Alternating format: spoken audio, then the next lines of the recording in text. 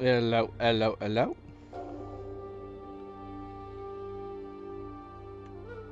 Microphone check.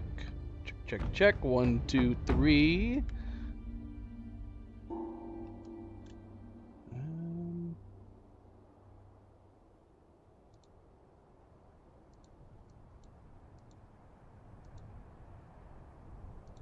Hearing the wind? Wind from the game? Yes. Okay. Just making sure. There's not a lot of audio in the main menu, so I'm not. I'm like, is the audio working? Is the game audio working? Alright, alright. Okie dokie. Hello, hello, hello, and welcome. Welcome back, everybody, and a happy Wednesday. It is Wednesday. Happy middle of the week. 2 more days till the weekend. Welcome back. I am, of course, Fanable. Welcome to my stream. Welcome to my channel as we are here to continue more Wukong. Black Myth Wukong as we continue our way into Chapter 5. We did finish up Chapter 4 yesterday, and we started Chapter 5. We fought one of the weirdest bosses yesterday. I mean, firstly, we did finish up Chapter 4. We did go back so we could fight the Taoist Me, finish up his quest line, so we had to replay the Dusk Veil. Dusk Veil? Is that his name? Had to play him again. And then we did eventually get on to beating the 100-eyed Taoist Master. We also ended up having a boss fight. We ended up getting to the end of the purple talismans that we had been doing. We got to the end of that quest line to fight the Supreme something. Something Supreme. I don't remember the name because we didn't fight it for very long. It was a boss fight that lasted like a whopping like 4 minutes, 4 or 5 minutes maybe, if that. What was his name? The Supreme Inspector. And we ended up meeting this crane god being. As a result, I'm hoping that more is going to come of that questline. Maybe something happens. Maybe something follows through into Chapter 5. I'm not sure. But yeah, and then we beat the 100-eyed Taoist Master, which was super cool. I kind of wish the subsequent fights followed through with the spiders at the beginning. The spiders helping out at the beginning was a lot of fun. It was great. All the sisters just being like, no, screw this. And they all turned into spiders and started to attack him, and then we were able to attack him with the spiders. I wish, yeah, unfortunately, you know, we didn't beat him the first time around, and then when you come back, he just automatically has a chunk of his health gone, and they're not there, which is too bad. Which is too bad, but it was still a really fun end boss fight. Was it as good as the Chapter 4 ending boss fight sequence? I don't think so. I really, really liked the design of the 100 Eye Master. He was like, you know, half man, half centipede. It was really neat looking design. But the sequence of the end of Chapter 4, or sorry, Chapter 3.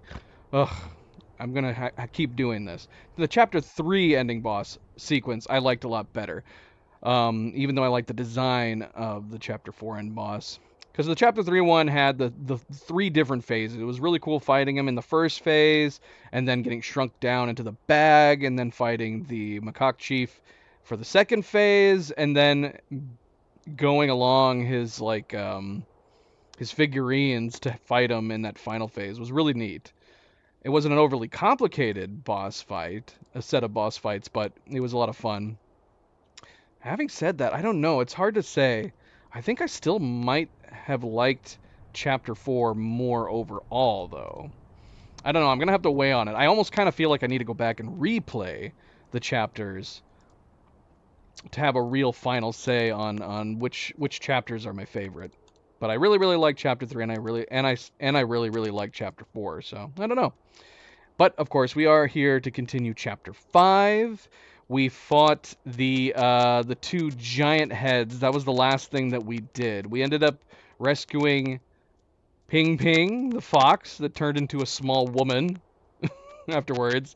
I'm figuring she's a small woman just because, based on the size of Wukong, or in this case, the Destined One, based on his size, whenever we've, like, had chats with, like, humans, it seems like Sun Wukong is in this, or the Destined One is a small character, which means she's super small, because she was very tiny. She's a very tiny fox woman. But we ended up fighting Fast as Wind, Quick as Fire to rescue her, which is just 2 giant heads, one rolling around and one flying around. One of the more interesting boss fights. I thought it was very entertaining. I thought it was very funny. Not particularly difficult, but a funny and entertaining boss fight nonetheless. So that's where we're going to be continuing off here. That's where we left off. We saw Chu Bajie again, and he ended up taking off. She was running after him, so I guess we're catching up with them and following along as we do. We're not as nimble, I feel like, as we should be. Because we're always falling behind. Oh, look, there she is. She's actually right in front of us. We can see her sitting right there. Unless there's another fox. I'm guessing that is Ping Ping right there. All right. But not much else to say. Again, welcome back. Happy Wednesday. Don't forget to hit that like button if you haven't yet already. I very much appreciate it. Subscribe, share, all the good things. Let's get started. Let's go. And how? Do we need to go back anywhere? I don't think so. We could go back and check our seeds. Maybe that's just something we should do at the beginning of each stream, is head back to the Zodiac Village. Get our plants and whatnot. Let's see. See if we got anything else. If we can do any other upgrades. Because I always forget to come here anyways. This should have just been the General Abbot. Mine eyes doth see the Tao from the confines of my abode. Greeting! It retains the energy of both this world and beyond. Thank you. Essence decoction and fortifying medicine. Medicament. You have new things to buy? What is this? Long aura amplification pellets. Upon use significantly increases attack critical chance and critical hit damage. We can buy 1 from him if we want, or the recipe for it.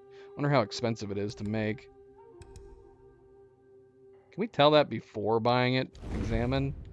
Nope. Maybe it's detailed in this, but I cannot read it, so I can't be certain about that.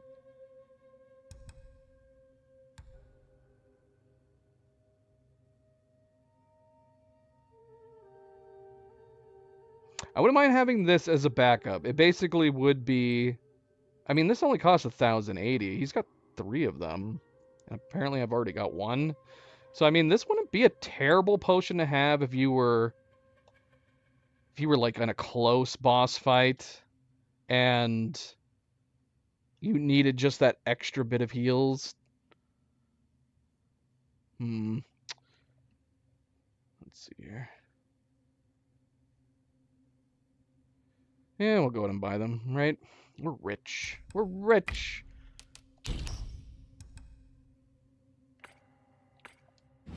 Were it not for you, brave one, I wouldn't pursue this profitless deal. Can bump up our health again. We haven't bumped up our stamina at all. I don't know if it's necessary. We haven't bumped our stamina. We haven't bumped our stamina recovery. It's one of those things where, like, maybe at some point that it would be worth having that. But, I mean, I'm assuming, like, once we start going into New Game Plus, we're going to be getting more Mind Cores, and there probably won't be anything left to but upgrade those. Let's just keep doing health for now. From yin and yang, 5 elements emerge. Each nature inherits its unique creation. Each form embodies a universe.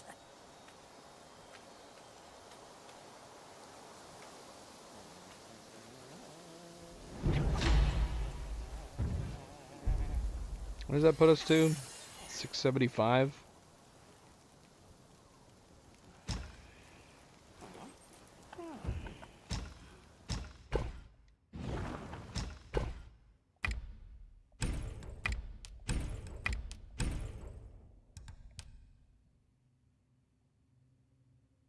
Should we be selling rice cocoons? The fact that it's here to sell makes me feel like, is it just another bit of currency? We've held on to them just in case. It just says with their use indiscernible for now. Makes me feel like we should hang on to them. On seeking shortcuts. Oops, sorry. Hence pill making came to be. Cheers! Cheers! What do you have to buy? Oh, look. He got another wine worm. Okay, so that's nice. He does eventually get more. Another wine worm, another fragrant vine. Might as well keep buying them while he has them.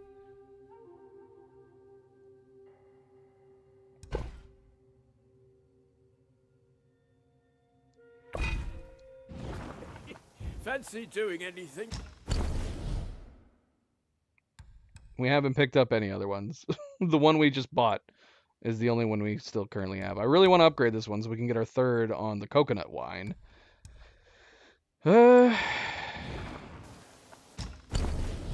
And oh yeah, why did I buy that? We don't need it anymore. I gotta pay attention to this. I'm weirded out that this is the only gourd that I can upgrade now. Upgraded to the highest tier. So none of my other gourds are upgradable? We have so many. We have so many gourds. None of these are upgradable, apparently.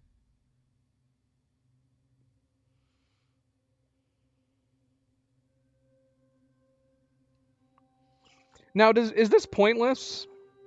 I mean, getting the burn resistance after using the gourd might be okay. This would reduce us to 1. We would be subtracting 1. But maybe against the types of bosses we're going to be fighting in here, it might be worth having that burn resistance after healing. The lava covered terrain isn't really necessary since we have the fireproof mantle, which I think, yeah, it does this passively. Significantly increases burn in and grants immunity to scorch damage from lava covered terrain. Wait, does this do more than that? Does this give us immunity and the other one gives us reduction? I don't know. I don't know. It's fine. It's fine. But yeah, we might consider switching to it. Let's see. Oh, we didn't read the portraits from that boss fight. And we never looked at this either. Take the form of Charface, smash lava forged blade on the ground, causing magma to burst out and damage surrounding foes. Moderately increases charging speed.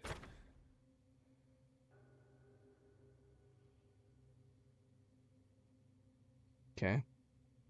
Okay.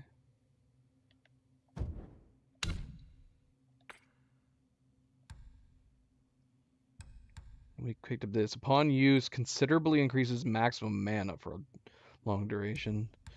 I'd rather refill my mana. I suppose it would get abused, right? It seems like they don't want you to be able to refill your mana too easily, if at all. There was something we were able to add that could refill our mana, but it's for gourd use, and I think I have a feeling that it would just reduce the amount of heals we'd have by a lot, just to try to use it regularly. Few mouthfuls Alright, let's in get our one go. seeds. It's Or not our delightful. seeds. Do we have any new seeds to deliver? I've spent my whole life Nope. in service. Now I deserve to find some peace. So that's a bummer. We only get one monkey head fungus at a time. Which is too bad. We just gotta remember to come here more often. Leaving so soon? Okay, I think we're done here. Visit him again, I guess. Sure he doesn't have anything new to talk about.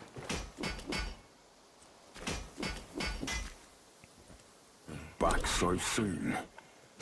He does have something new to buy. We can buy refined iron sand from him now, apparently. We gotta remember this if we need it. We have Yag. I don't think we've been needing any of these. I think we have a lot of everything for the moment we do. I mean, we have 91 cold iron leaves, 33 of refined iron sand. But we just gotta remember these are here. If it's here, I'll get to pounding. You'd risk your fur with those bits of scrap. Is he insulting my armor? I mean, my current armor is better than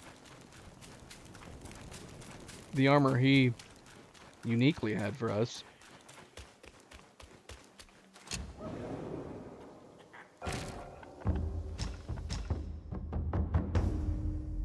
I mean, we can make this now. We finally are able to make this. But yeah, we don't.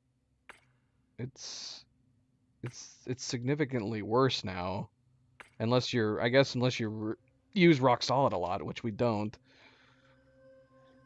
Which is too bad because it's such an awesome looking armor set. Alright, let's travel back. We did what we needed to do.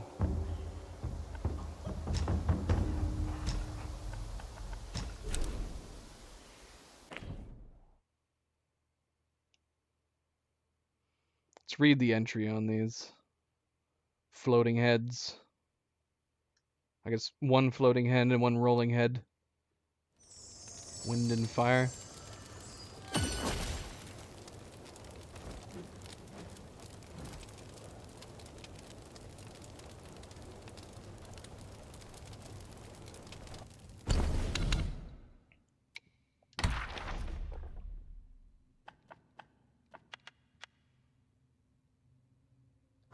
Quick as fire and fast as wind. Fury spirit, life he stakes, madness flaunts the wind he makes. Nostrils flare with smoky breath, mouth exclaims with flames of death. Smoke ascends, the wind does chase, fire spreads with wind's embrace. Loyalty worth 1,000 gold, together strong their bond unfolds. In bygone days, there were two ruffians wandering the city, always spending their nights beneath the same section of the city wall, thus forming a close bond. With no attachments or concerns, they acted recklessly and without restraint. One time, during the robbery of wealthy young master, they accidentally killed him, leading to their joint sentencing to death by beheading, their execution scheduled in the autumn. While imprisoned, one ruffian said to the other, "We've had a carefree life, and if we must die, so be it. It's a pity we won't be able to enjoy ourselves together anymore." The other ruffian replied, "If you wish to continue our fun together, it's not impossible. I am a descendant of the Falling Head clan, and possess some tricks." He then whispered a set of skills into his companion's ear.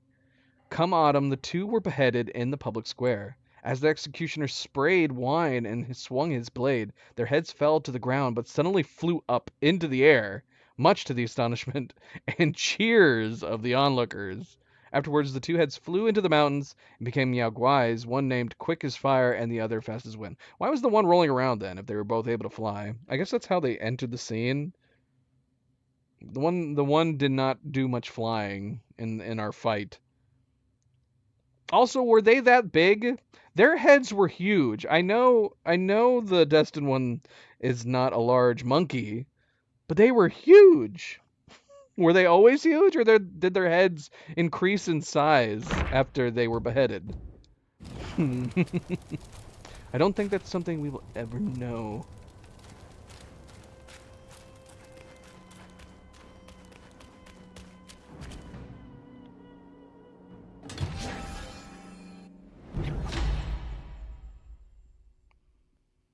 Maximum health. Where does that put us now, then? We just bumped our health, too. That actually bumped us a lot. So we went from 675 to 735 now. Which is good. It's good. Could use more mana. It's kind of making me wonder whether or not... Do we have more mana that we can bump? Yeah, we do. It makes me wonder, should we be bumping our mana instead of health? We only have one more upgrade for health. We have 3 upgrades still for attack. Oh, not health. Why am I saying health? One more upgrade for defense.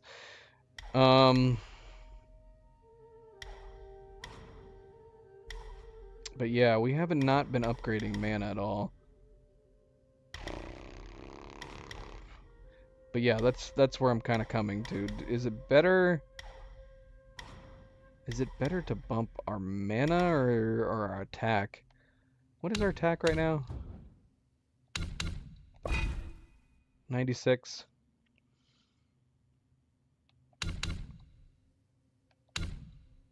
Let's bump the attack. How much does it increase? It just slightly increases. Is that like 2? Is it only bumping 2? Slightly is not much. These are all moderately, except for that one. This is just slightly. Can we find out? I keep mentioning it every time that there is a mod that puts the numbers into the descriptions, and I always keep forgetting to install it.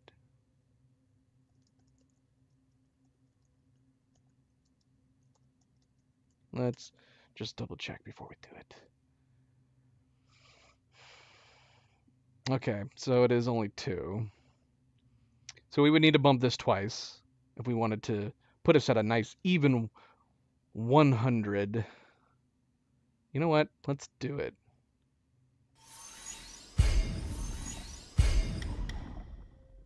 What about mana? It's moderately, so I would assume we're getting at least 3. At least 3 more mana. If I had to guess, it's probably like 5. And where's our defense right now? 436.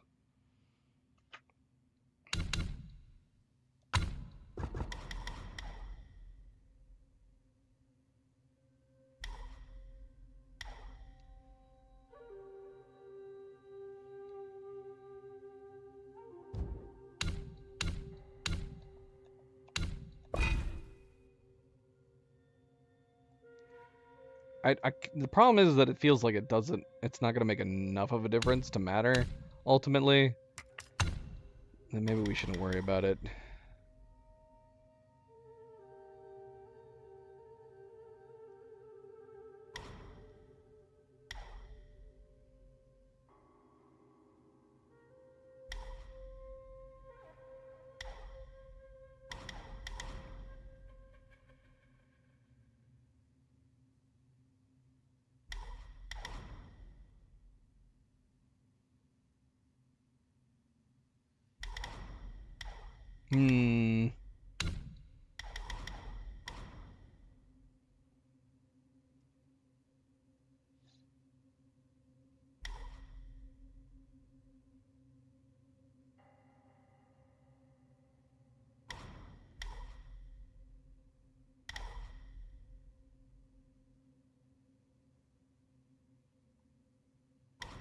I don't know how confident I am in doing my perfect dodges on something like that.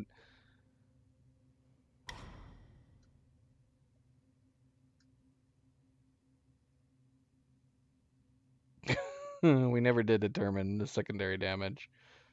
Should we do this anyways? It might be worth it. I don't know. I would rather it do more damage when they're lower on health, but I don't know. I guess it's the same thing, right? I mean, we're still doing additional damage no matter what.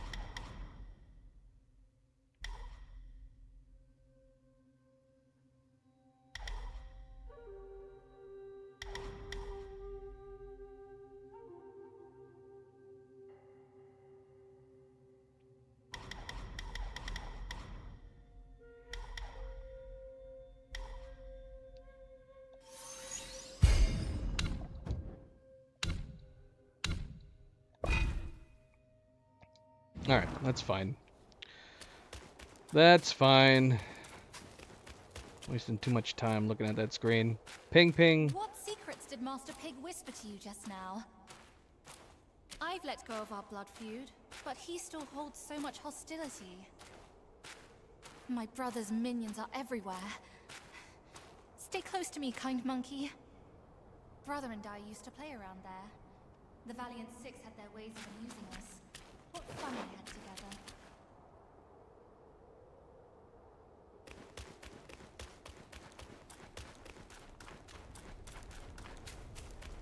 Okay. She's actually staying with us. I'll get through this hole, and you can pass by that crack ahead. Why didn't you just go through the crack that we're going through?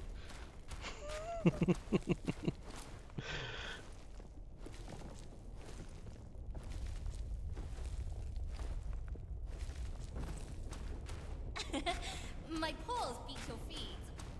Ah, come on now. We had to squeeze through there. We're so much bigger than you right now. Although, to be fair, this would be awesome if we could turn into the fox. And then we could both be foxes. But of course, I can't use it outside of chapter 3. That'd be fun. Run around as foxes.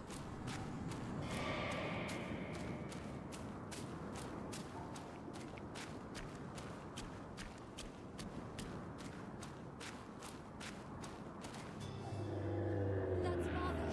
He's right there. Whatever that giant thing is up ahead. I can't tell what it is. That another giant head? It looks like a giant bull. Is your father a giant bull? My brother's Samadhi fire has obstructed all paths uphill. To quench it, Mother's Plantain Fan is a must. But she'd never... Come with me! Plantain fan? So not plantain? Should we keep following her? I don't want to leave stuff behind.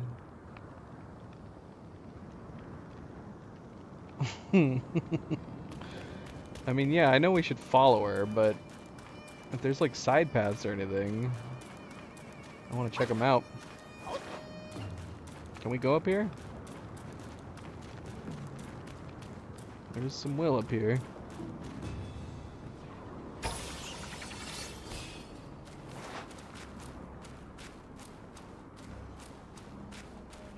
Nope. Invisible wall. Okay.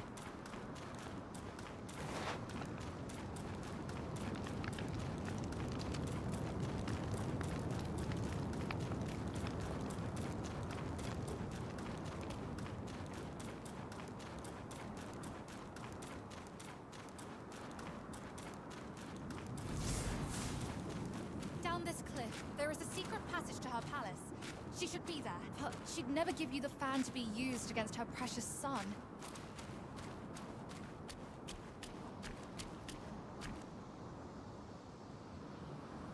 I still want to know why his carts became sentient. How does that happen? What's on your mind now? Will you not join me and save my father?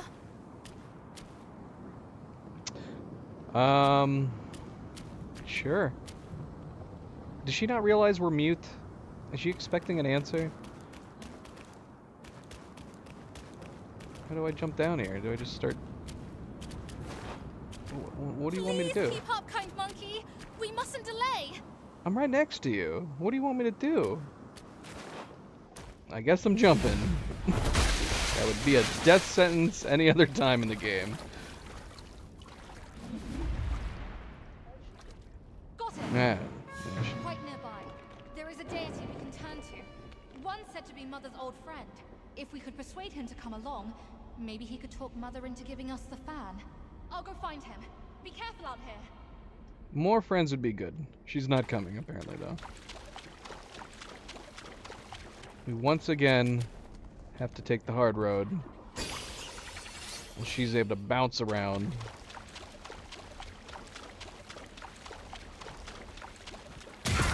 Oh! Okay. We're fighting more stone guys here.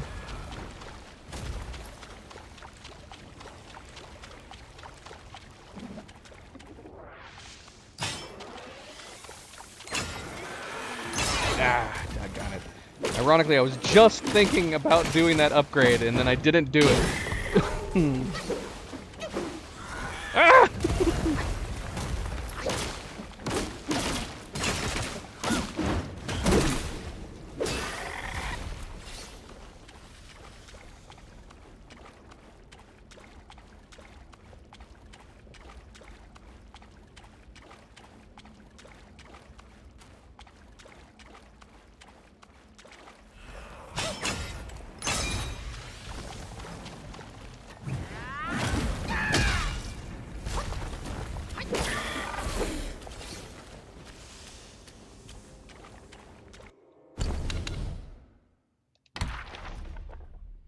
Searing fire. So not just a lava guy? Lava stone guy? Eternal life, a simple dream, true ascent, a distant gleam. The world seeks shortcuts lost in their quest. Countless sacrifices, they never rest. Outside the walls of the Kingdom of Sacrifice, atop the mountain, stood the fume-fired temple. Renowned for its ability to reform wayward youths from fallen households, the temple was spoken highly of for guiding lost souls towards righteous paths. This tale, as told by a landowner, is about one such disciple, Xiao San? Why do I feel like San is not the correct pronunciation there? Xiao Zan was a vagabond. He beguiled guests of brothels into lavish spending, and one of his patrons turned out to be landowner Wang's son. Spending and one of his patrons turned out to be the landowner Wang's... Okay, I just had a stroke. Oh, okay, I read the same line twice. I'm not going crazy. I felt crazy, but I'm not completely crazy. He soon found himself pursued by the authorities and facing a trial against Wang. A Taoist from the Fume-Fire Temple happened upon him and offered sanctuary. From that point forward, Xiao San immersed himself in the pursuit of wisdom, practiced it diligently, and dutifully undertook tasks assigned by his master. One day when he descended the mountain on an errand, he came across Meng Yang, a concubine, being mistreated by the wife of a household during their journey to the temple. Without hesitation, Xiao Zan intervened, rescued Meng Yang, and brought her to the temple to shield her from the cruelty of that family. With nowhere else to turn, Meng Yang was welcomed into the temple by the master and became a disciple. Filled with gratitude for Xiao San saving her life, she tended to the temple's chores. Over time, she repeatedly sought to become Xiao San's spiritual partner. Yet her advances were always rebuffed. Years later, having made significant spiritual progress, Xiao San underwent an ascension ceremony organized by his master, with Meng Yang invited as a witness. They were taken to a mountain peak with a river of fire-flowing lava. Xiao San received a talisman from his master and courageously leaped into the fire. Filled with a longing to practice alongside him, Meng Yang followed suit amidst cheers and blessings. As the smoke rose, they were reborn from the blazing flames as the eternal guardians of the river of lava. Thus, in the Fury Embrace, they found immortality and everlasting life, forever part of the river's endless flow. So did we just murder like a happy couple? Is that what we're getting from this story? That these were people that came up here and they got turned into these lava guai beings? It was self-defense. They did attack us first. Tyler, hello. Welcome, Mac. Brayden, I don't know if I said hello. Welcome, welcome. Happy Wednesday, guys. Happy Wednesday. Oh, good. Shrine.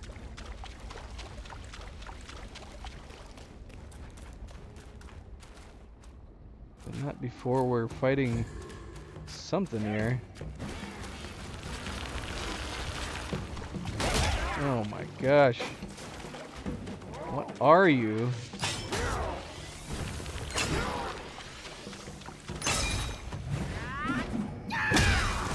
We haven't fought shield guys in a while.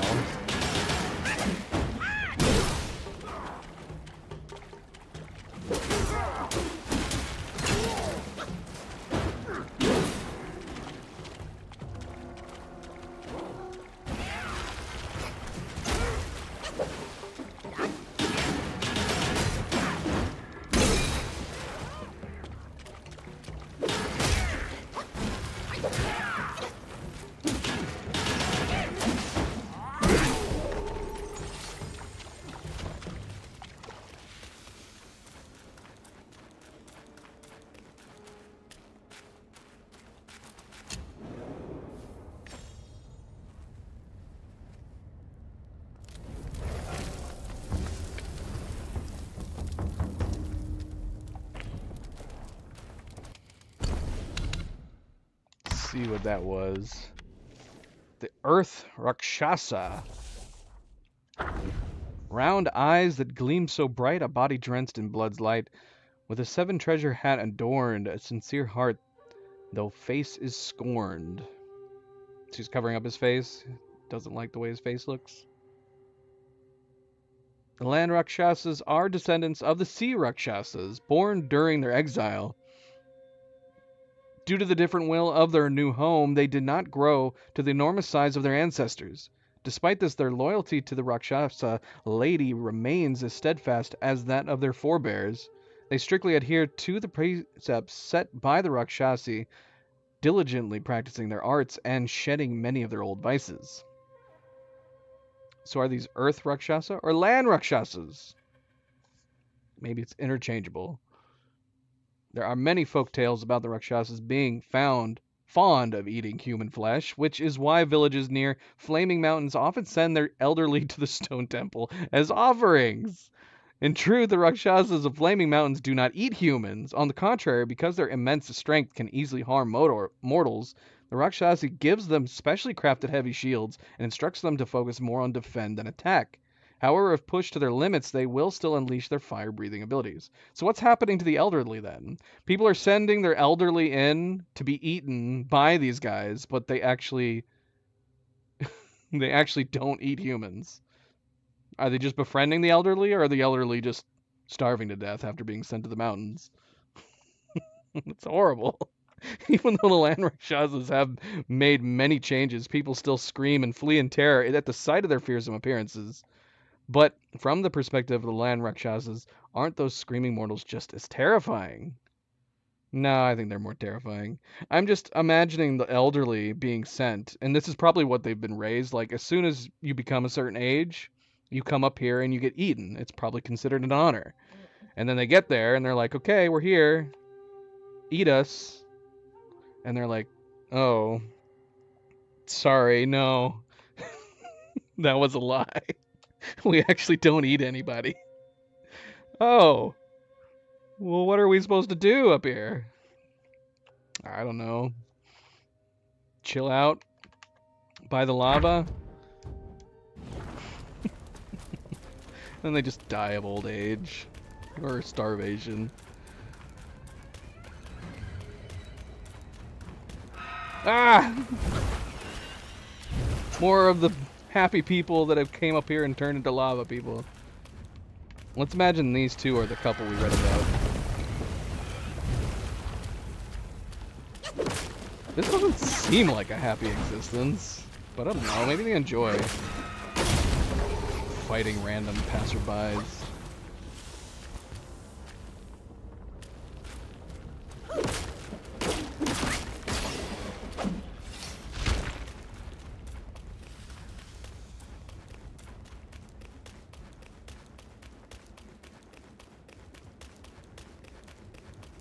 Charge! Oh my gosh, you're bigger.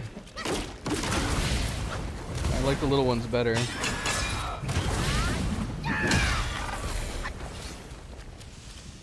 Fire!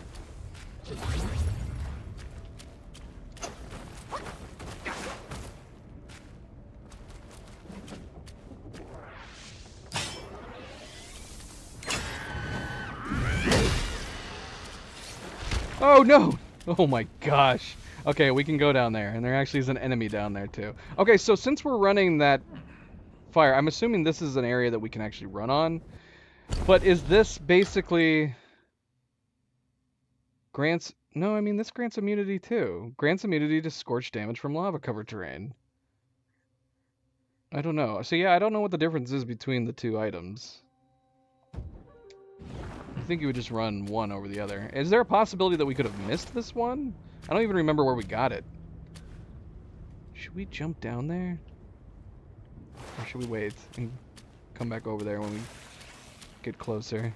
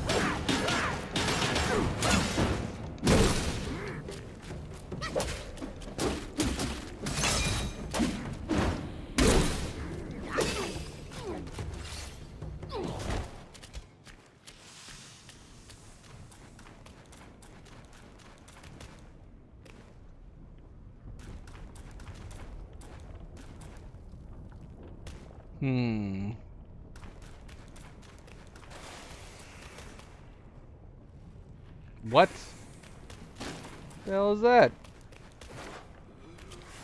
Look, monkey.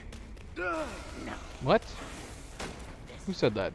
Is much weaker. Who's talking? No, master, monkey. Same thing. You fool! Master Monkey, we have nothing in common. Never mind. Monkey, master. Both trouble. Why do we keep finding pairs in this place?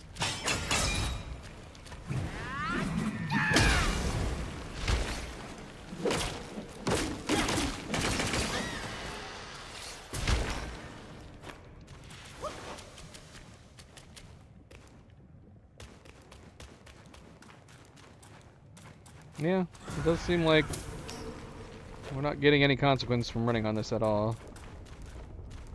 Not even a little bit.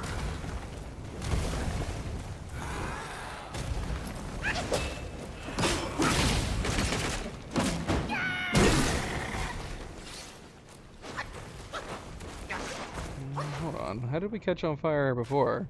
Are we catching on fire from this? Or did we run into something that he did? What? Flint Chief.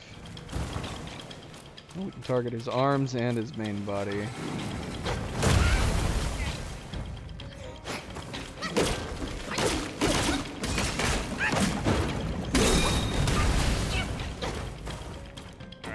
on fire again and I can't see anything.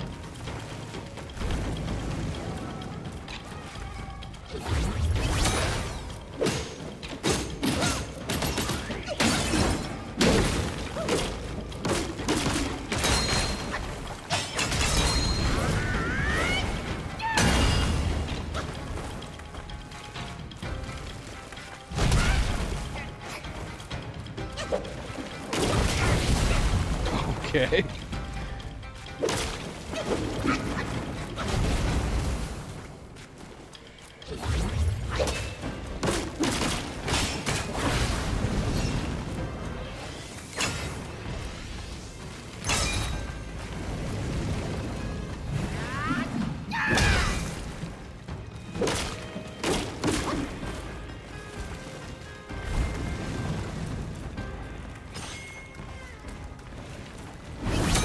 Oh my gosh. It's like my brain saw it and I went through with it anyways.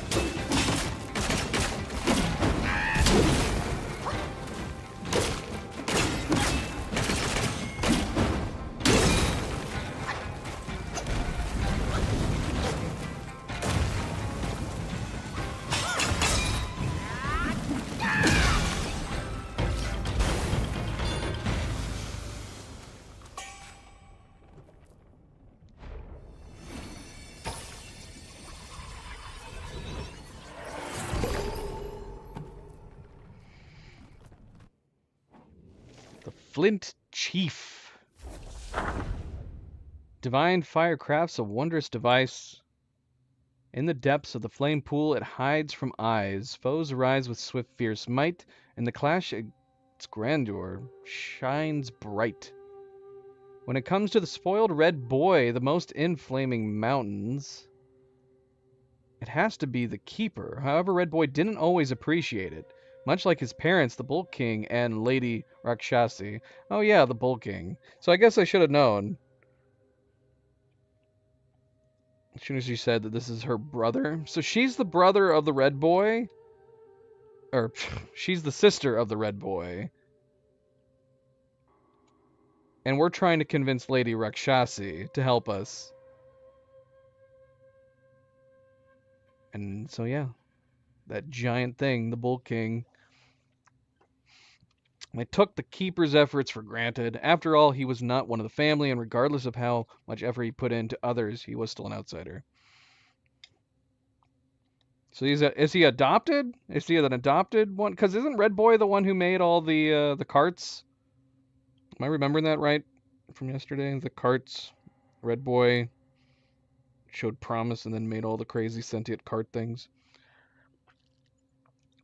One day, Red Boy demanded to have a flint vanguard modeled after the stone vanguard of Yellow Wind Ridge. The Bull King and Lady Rakshasi did not favor the plan, but the Keeper immediately agreed. Fearing that just a stone vanguard wouldn't be enough to entertain Red Boy, he went ahead and created more rock guys. Among them was a giant rock guy with arms and legs strong enough to support its massive body. The giant rock guy was more formidable than others, usually lying dormant in the river of fire. It would only emerge when summoned by its master or when a powerful enemy intruded. Red Boy didn't like these Ruckwise that the Keeper had created without his permission and mostly visited only the Flint Vanguard. Since Red Boy lived with Lady Rakshasi in the Emerald Hall, the Keeper stationed these Ruckwise in Furnace Valley. Later, when Red Boy besieged Flaming Mountains, these Ruckwise from the River of Fire proved to be quite helpful, inevitably leading to some speculation over the Keeper himself. I don't know, am I getting characters confused? Oh, are these the small ones? Scorching Fire. Ignorance ignites a fool's fire, daily anguish in a somber mire. Enduring a life of ceaseless pain, they yearn for death, not celestial gain. Legend has it that during the reign of the Yellow Emperor, an official of pottery named Ning Fengqi, I don't know, learned the art of fire with 5 colored fumes from immortals, tried to ascend by roasting himself over the flames. Some say he achieved ascension, others claim he burned himself to death. No one knows the truth. The tale we have here is recounted by a runaway disciple from the Fume Fire Temple in the Kingdom of Sacrifice, a place rooted in the art of the five-colored Fume Fire. The master of the disciple served as the abbot of the temple. One day the disciple accompanied his master for some liquor in town, and they came across a fugitive being pursued by officers. As the temple was short on help, the fugitive was a wealthy one. They offered him shelter. This man, Chao San, was a mere wastrel who lured patrons of brothels into extravagant spending. The temple was already home to various robbers and bandits, and it proved to be corrupting influence of Chao San. In the company of fellow criminals every day, he soon became 10 times more villainous than before. One day, Chao San set off to rob travelers to fund his own lavish lifestyle. He targeted a wealthy family returning from their monthly worship, and in an act of by greed and lust, he abducted the family's concubine, Min Yang. Imprisoned within the temple walls, Min Yang endured daily chores and beatings. Despite her deep resentment towards Chao San, she was powerless against his violence. She could only grit her teeth and bide her time, hoping for an escape. Years later, a ceremony for ascension was announced in the temple. The disciple who tells the story was tasked with escorting Min Yang to the event. Held atop a high cliff overlooking a river of lava, Chao San had already prepared to leap into the fire for ascension with a talisman from his master. He insisted Min Yang accompany him. Amidst the frenzied cheers of the followers and the terrified cries of Min Yang, the disciple pushed the girl off the cliff as ordered. Charred in the river of lava, their bodies swelled grotesquely as the lava, guided by the talisman, seeped into their skulls. The distorted new forms staggered up, writhing in agony, and ran towards the depths of the Black Mountains. Witnessing these horrifying transformations, the disciple renounced his belief in the temple's teachings. No matter how vehemently the master rationalized it as transcendent metamorphosis. That happens a lot. Okay, this made me... I completely misread this one then, or mistook what was being done here. Are these two different perspectives on the same story? Searing fire and scorching fire?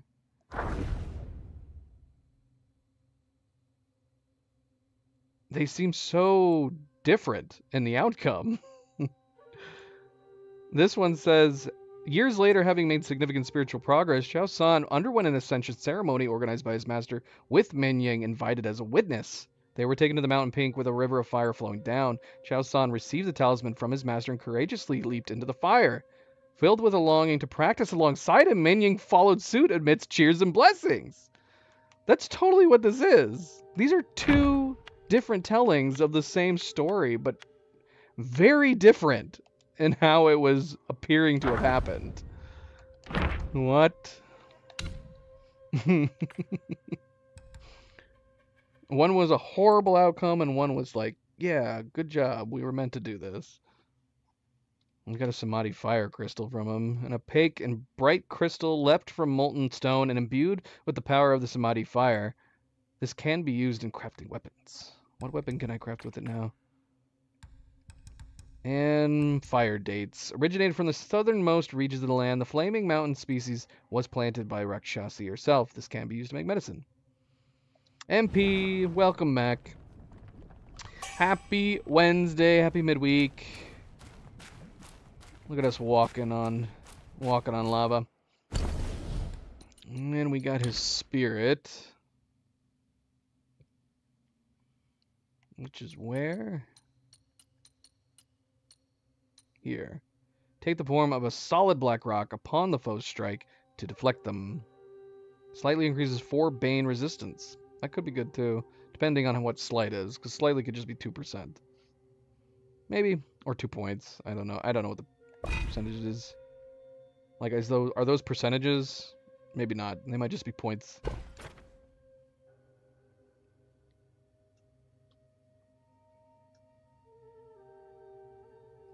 Okay. So, I mean, it's basically like the rock solid spell. Can it mess up? Will if you do it too soon, will they just avoid hitting you? How useful is this? I don't know. It still costs high to just turn yourself into a rock for a moment. Okay. Wait. Yeah, be weapons list. We can make the newer version of this now. Ooh. Okay, I was kind of hoping that it would be really good. Look at that massive difference. Jumps from 60 to 100, 40 plus defense, and an additional 10 burn resistance? Charged heavy attacks and smash stance that cost over 3 focus points inflict a bursting... Oh, we gotta build this. We need 2 more Samadhi fire crystals. We gotta build this thing. And it looks cool, too. That's tough to say. We have a lot of really nice staffs right now. We have a lot of nice staffs. We'll be losing our critical hit chance, but I don't know. That sounds way better. Why don't we have a new version of this thing? I want a new version of this. It doesn't seem like there is one. Thank you, MP. Always a good friendly reminder, don't forget to hit that like button if you haven't yet already. And if you haven't yet voted on the next Souls or Souls-like game that we're going to be playing, feel free to follow that link and cast your vote. Pancakes, welcome back. Happy Wednesday.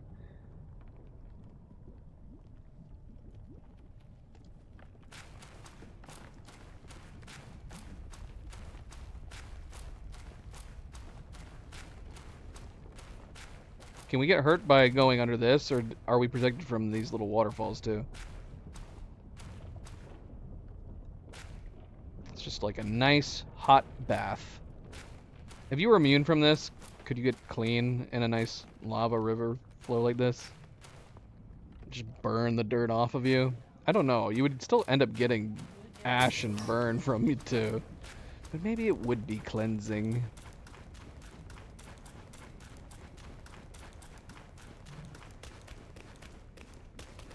You could have left it like that. He would just think that... Pancakes would just think that you were happy to see him. Like, hee, Pancakes! Pancakes is back! That's how I would take it, until you corrected it. Yeah, hee. Pancakes makes me giggle every time I see him. What? It's got a head!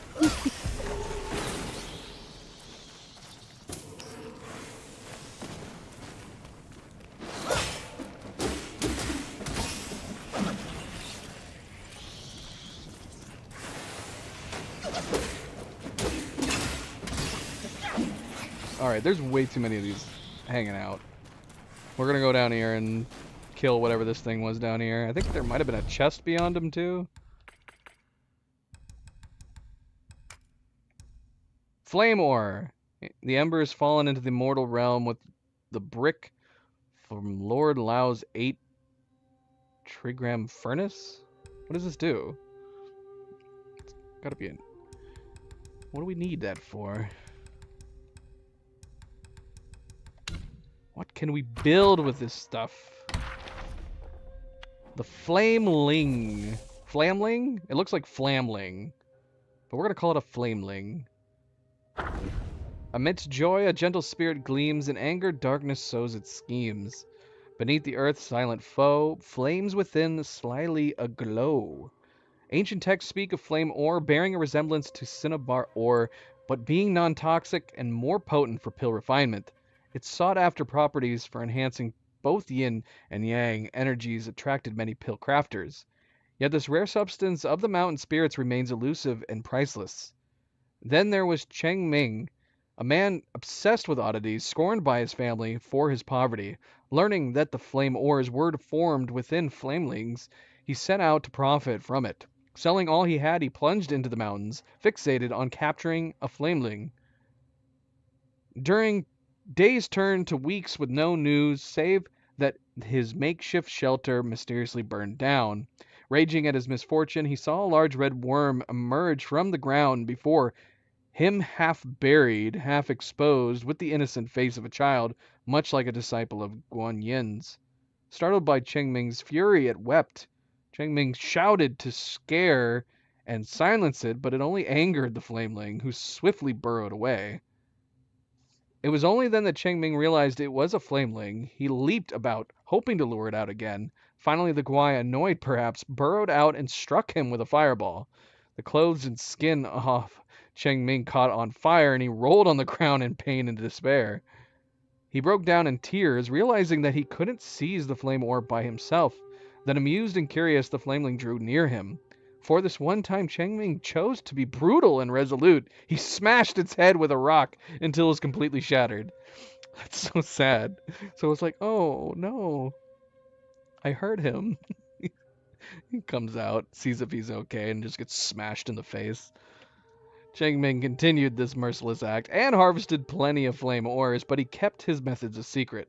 So his method was his continued method to just cry and act sad near them so they come out and act curious. For him to just smash their face with a rock. His growing sales of the ores eventually earned him fame as a renowned medicine gatherer far and wide. Oh my gosh.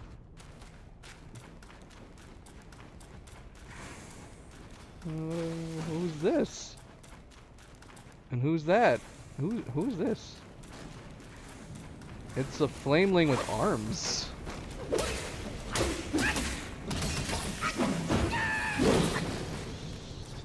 Where is the technique to learn for our character that we can just curl up in a ball on the ground and start crying, and maybe they'll just come out and be lured to us?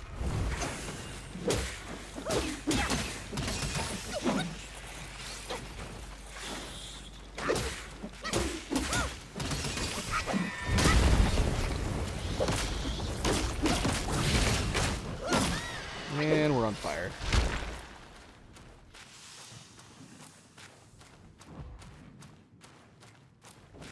Do we have fire? I mean, I'm sure we can make some. We don't need the shock quelling powder anymore.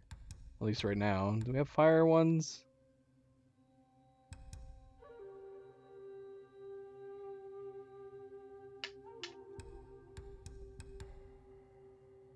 Here we go.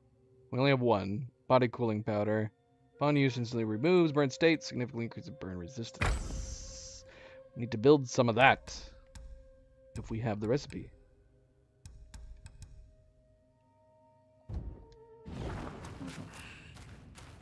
Alright, this is who we saw. It's another one of these cat fox things, except this is a spirit this time.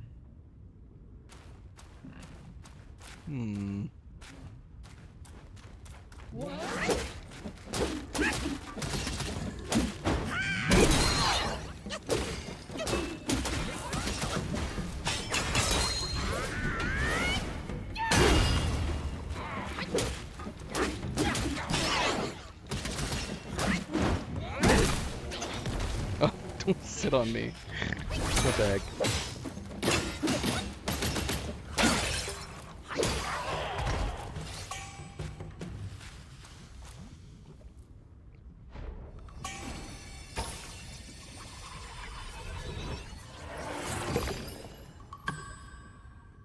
We got the turtle treasure spirit. Got the turtle treasure helm last time. Take the form of turtle treasure. Ride a mallet upside down, igniting the powder within to soar skywards. Upon landing, crush the foe to the ground and shatter their bones. Sounds neat. Moderately increased damage dealt by heavy attacks that cost 3 or 4 focus points. That could be good. Because we try to do that a lot during boss fights. That could be good.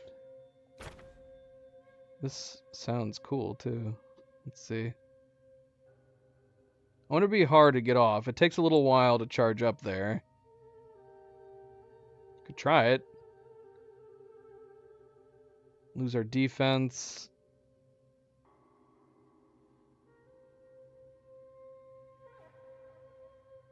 I like how when he lands, it's like he's getting knocked out and he falls backwards.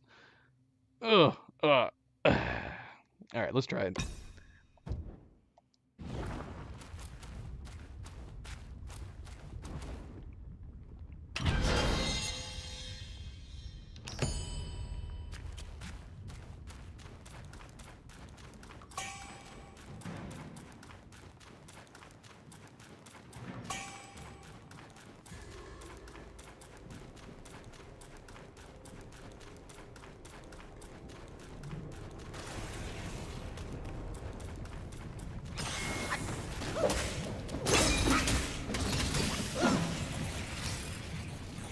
have a new entry for those guys? That's surprising. So are they just pretty much the same thing? They just, some of them have arms?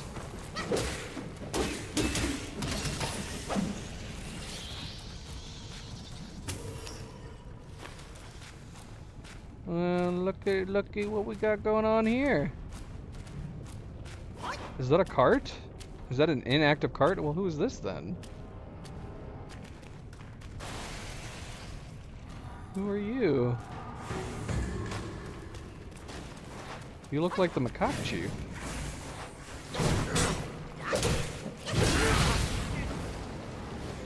Oh my gosh.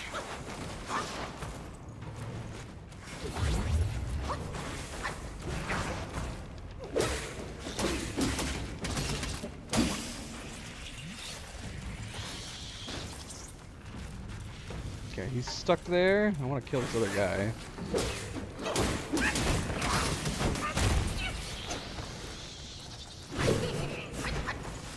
He looks like a demonic version of the macaque chief.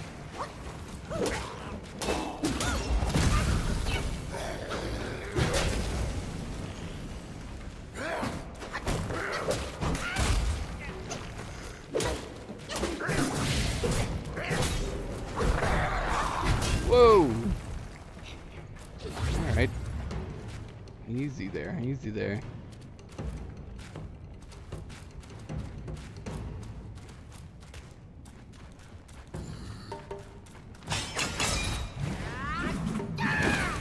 Aw, you little devil. What are you doing?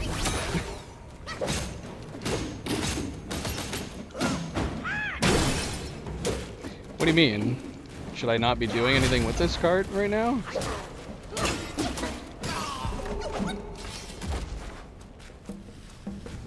This cart is good after you defeat the next or the one after the next boss. I'm not sure what you mean.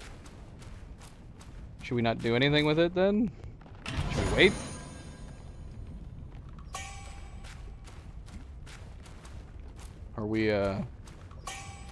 Are we gonna get something from it that we can use? You've confused me, Pancakes. I'm now confused on what to do. Should I get it?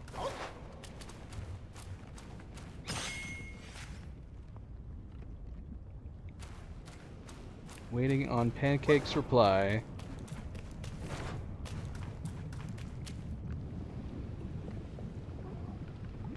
So you want me to avoid pulling on that string?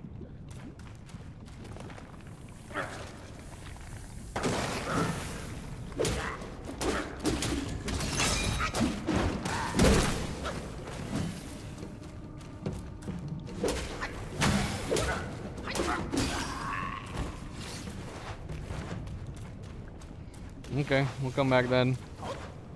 What is it? It's like, what is it gonna do? It is like, it's just a rope hanging out of its mouth. So we need to put a pin in this cart and come back.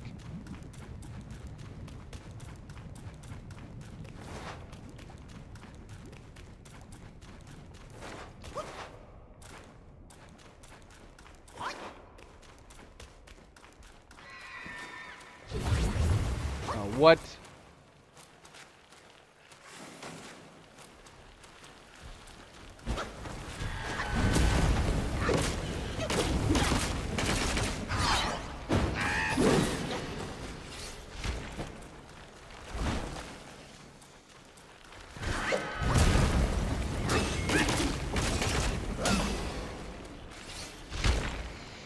Hideous mutant dog with sharp claws.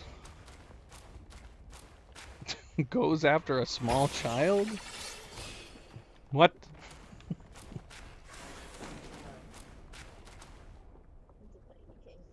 Aww. I want one.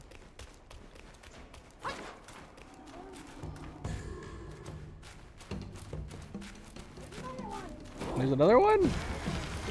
You didn't say there was two. MP lied. I see.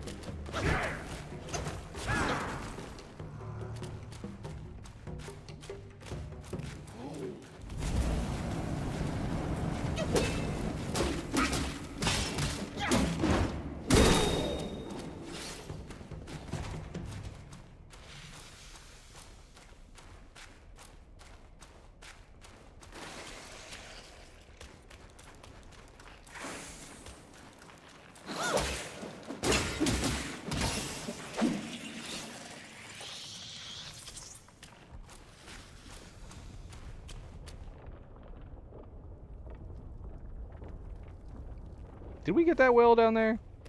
Think so. Think so.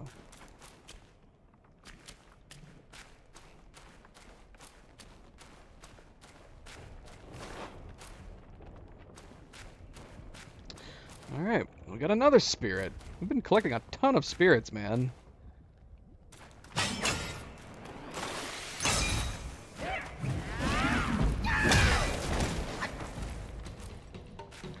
Yeah, of course.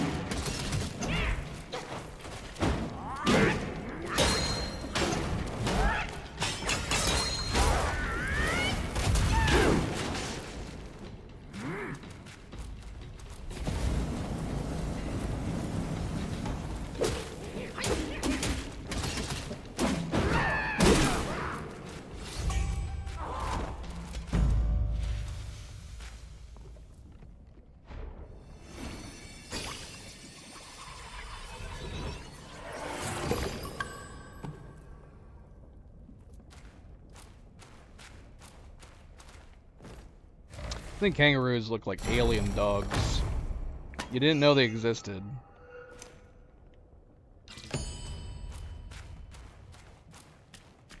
Australia might as well just be an alien planet.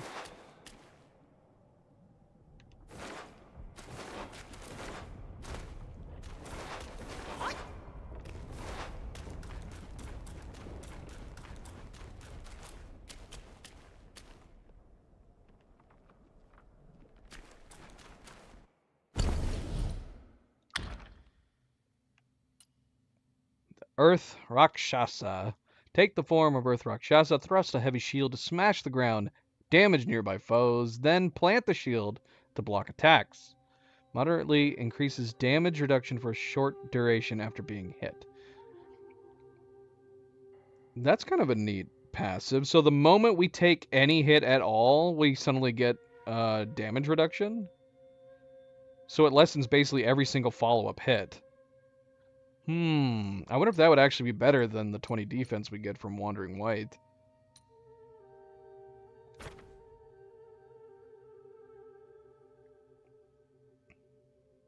I wonder how long the shield lasts. So you get one hit, so it's almost kind of like the Wandering Wight's single hit. And then a leftover shield for blocking? Something?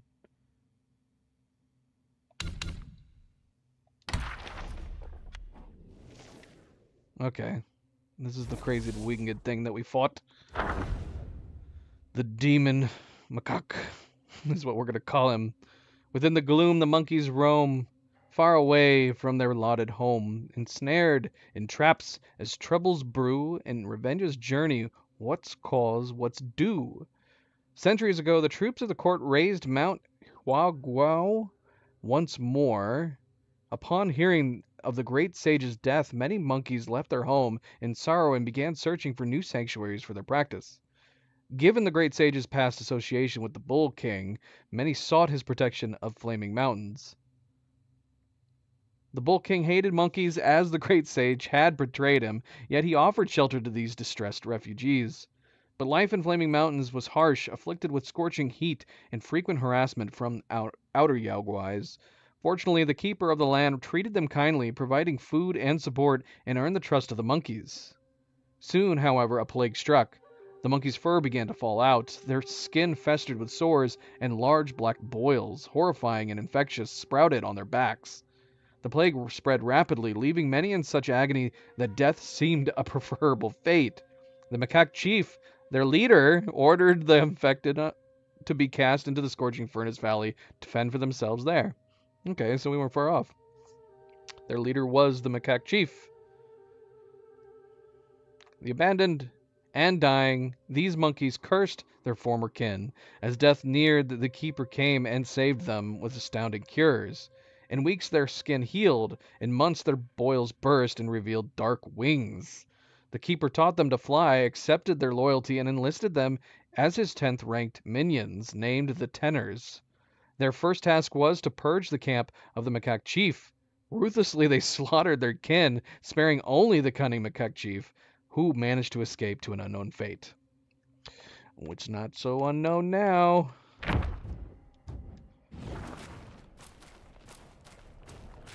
Another tragic tale. So many tragedies.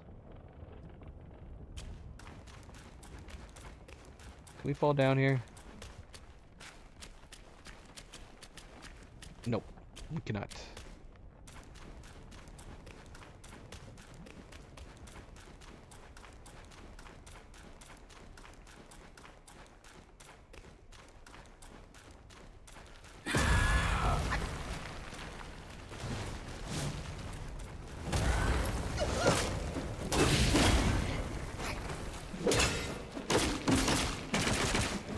We're actually taking a lot of fire damage from him, despite our resistance being very high.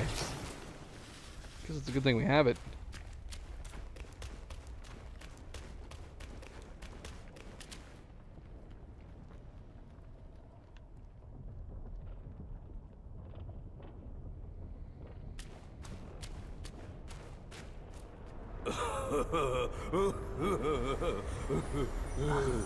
Wanted monkey, wanted star, wanted dead or alive.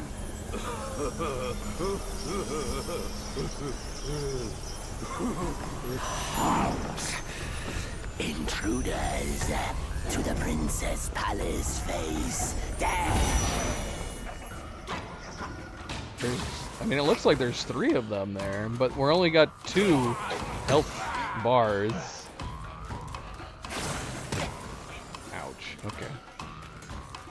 He likes shooting laser beams out of his mouth.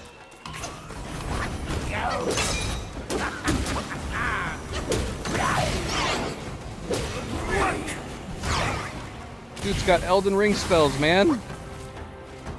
Where'd you get these?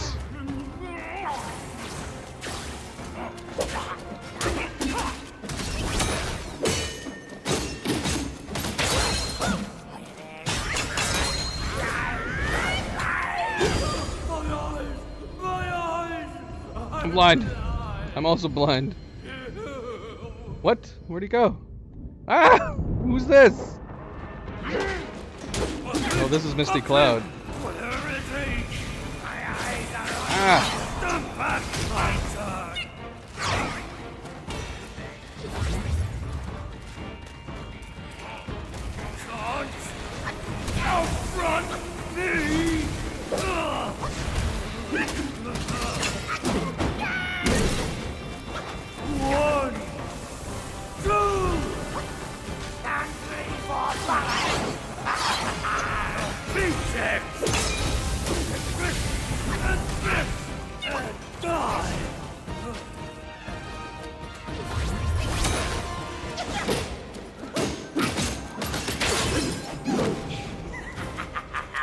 Blind as bats, scared.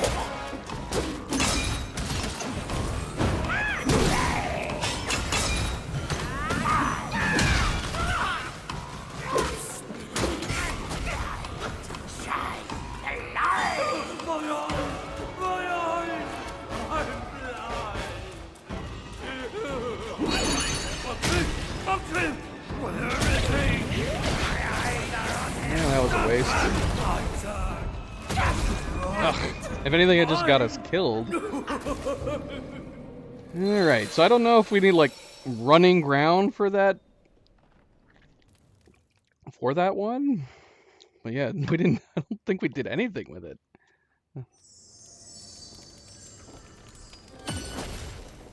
Oh no, what? Where are we? How far away are we? This put us really far back, didn't it?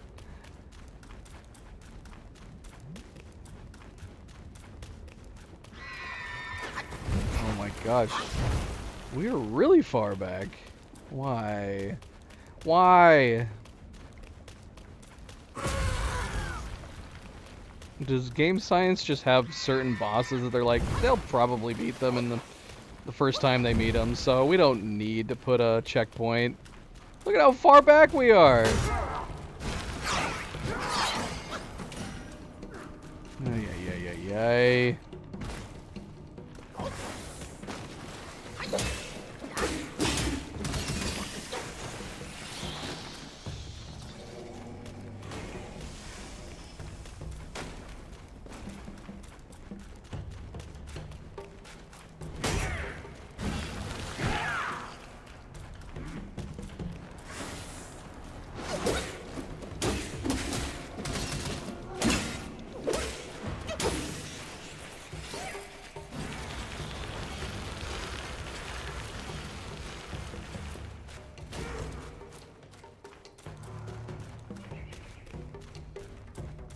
Like, at least give us a checkpoint.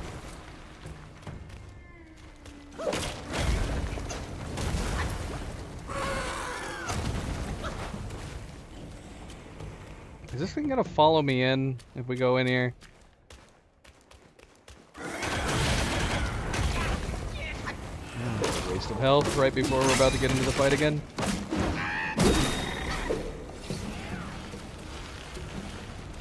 Now we got this guy here too. Bloody hell.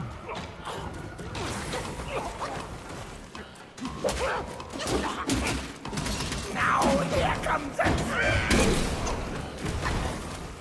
Here I go!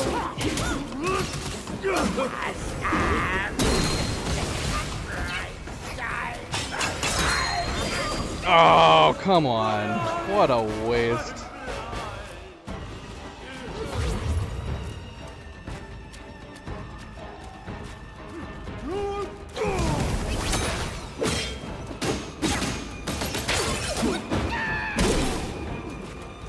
Take this and this and die! Where's the other one? Can't outrun me!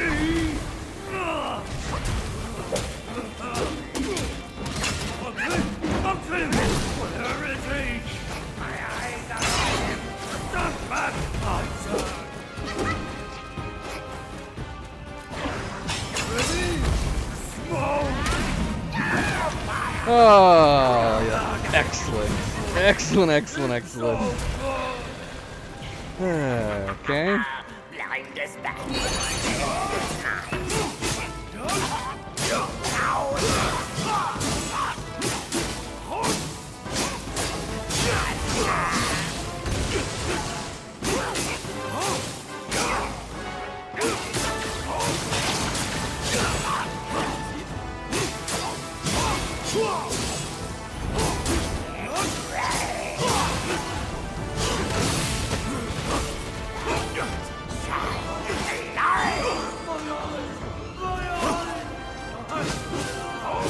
Oh, I can't keep fighting him? Come on now.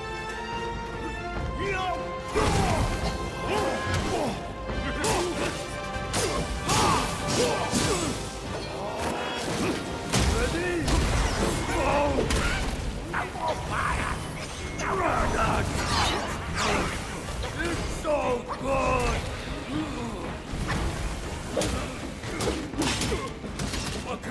Monkey! Where is he? My eyes are on him! Stand back, my turn!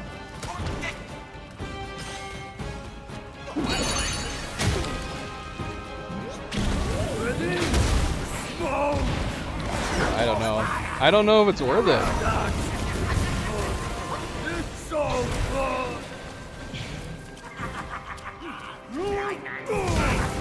What?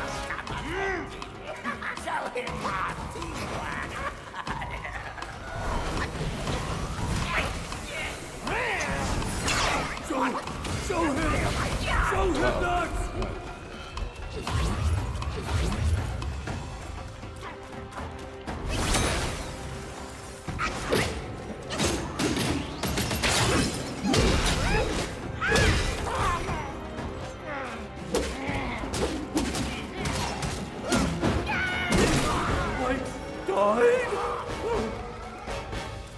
Alright, just you and me, buddy.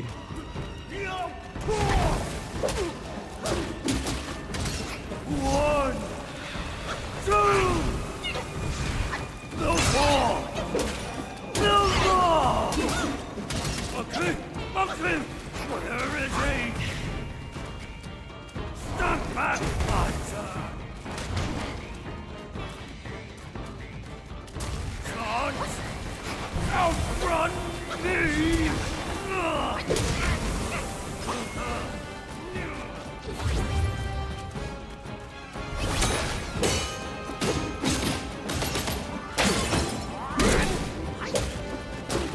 Ready? Smoke! I can't see, but I can! Time I join him.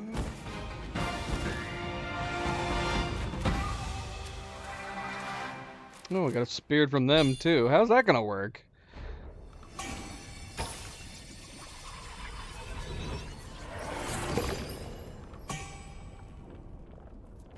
Is it just him? Let's see.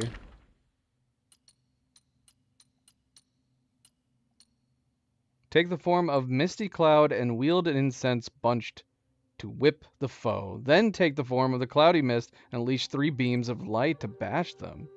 Moderately reduces the mana cost of Cloud Step. Let's see. Okay. That looks super cool. We could try that next. What's the bonus we're getting from this again? It was something that I thought looked worthwhile. Where is even the one that we're using? Oh, it increases damage for 3 and 4 focus points. Which, yeah, that is handy. We didn't manage to do... I don't think we managed to do anything with him. I think we managed to do a little bit of damage when he first dropped it down, but it was very minor, and then we did nothing with the follow-up one. The one that looks like it should do a lot of damage. So I kind of want to still use it again to see, but we had 2 failures with it. I want to try this one now. Yeah, let's try it. Let's try it. See what it's like. Cloudy Mist, Misty Cloud. Let the strange be strange, the odd be odd. Follow the boy master, let mountains fill in chaos. Flaunt neither strength nor take pride. When disputes come near, cast them aside. Once upon a time, there were 3 ghosts who shared a single body. They aspired to earn the title of mountain deity, and thus, with their bribe paid, they targeted a blind mountain deity of Mount Hiao to take his place. Although the mountain god was blind, his hearing was exceptionally sharp. He was highly skilled in the art of smoke and fire, able to release smoke to conceal his movements.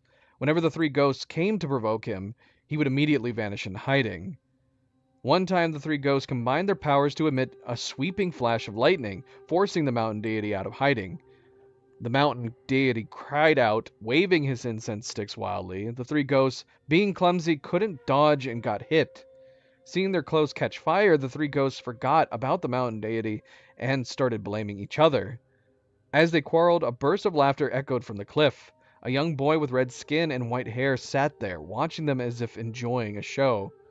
Embarrassed and angry, the 3 ghosts and the mountain deity temporarily set aside their differences and attacked the young boy. The boy, finding it amusing, wielded a sharp spear and sparred with them. Unexpectedly, the mountain deity smoke perfectly concealed the clumsy bodies of the 3 ghosts, while the ghosts' lightning provided opportunities of the mountain deity to attack. Together they managed to fight the young boy for several rounds. It wasn't until the boy used his Samadhi true fire that they fell to the ground begging for mercy. Then the red boy told them, "From now on, these 600 miles of mountains are mine. You will follow me and become my captains." From then on, the three ghosts were given a new name, Cloudy Mist, and the blind mountain deity was named Misty Cloud. They continued to serve Red Boy as a team, but their deep-seated animosity remained unresolved, leading to frequent quarrels that persisted to this day.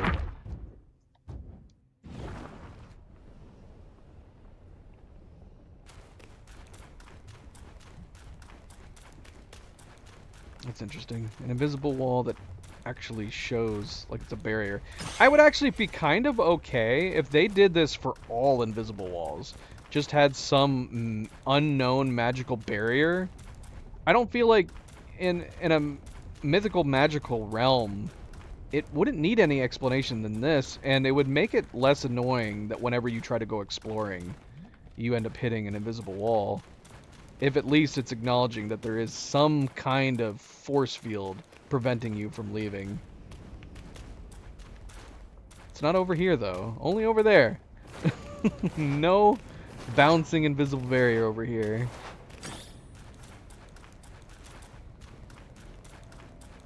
Why is one over there, though? That's odd. Alright, let's move on.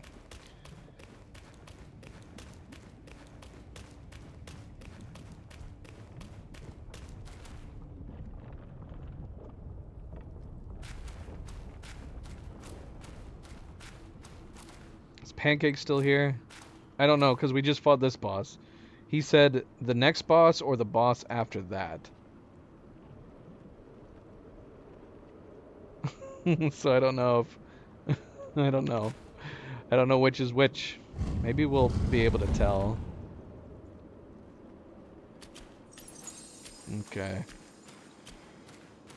So we can assume it's the next one then.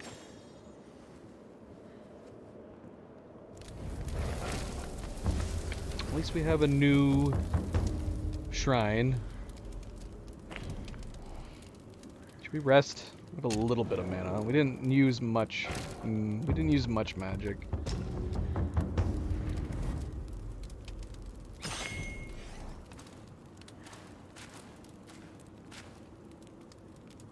Am I hearing breathing? Oh yeah, there's a guy right there.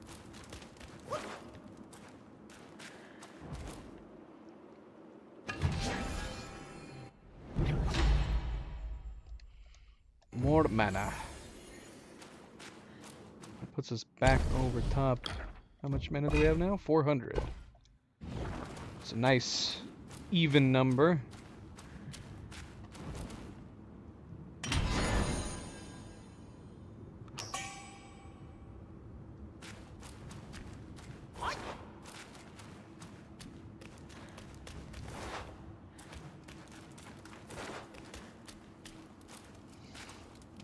Okay.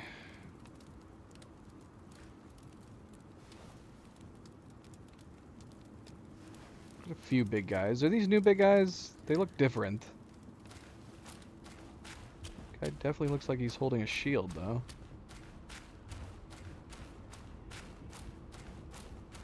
These are bulls. At least they look like bulls.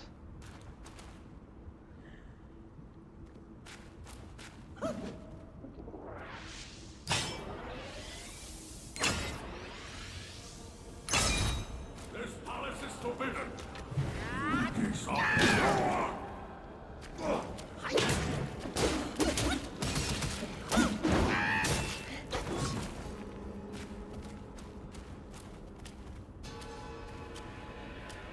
What? What is he doing?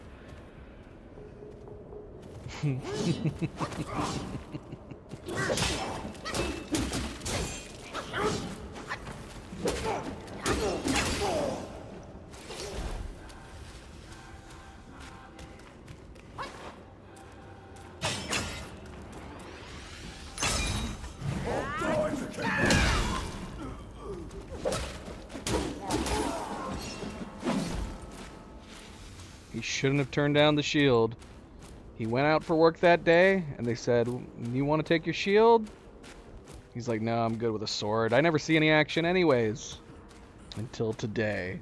And the one day he left his shield behind.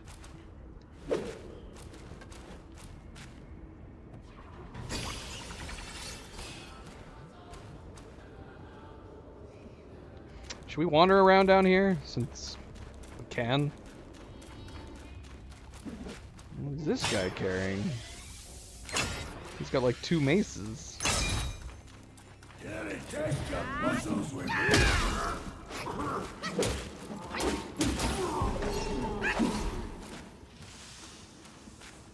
We got new portraits to read.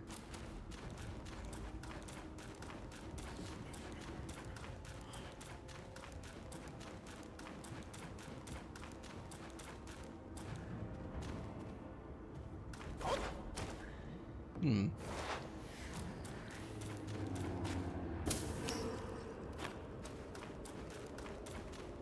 Can I get up here? Again. What are we hearing? Are we hearing the Papa?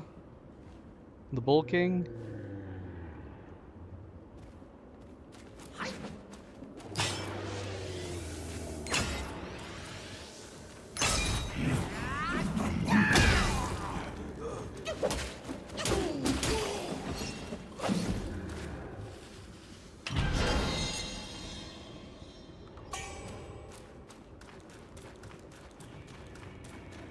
Let's kill all these guys first, and then we'll read the entries. See if we can get up here. Oh, we got 2 people over here.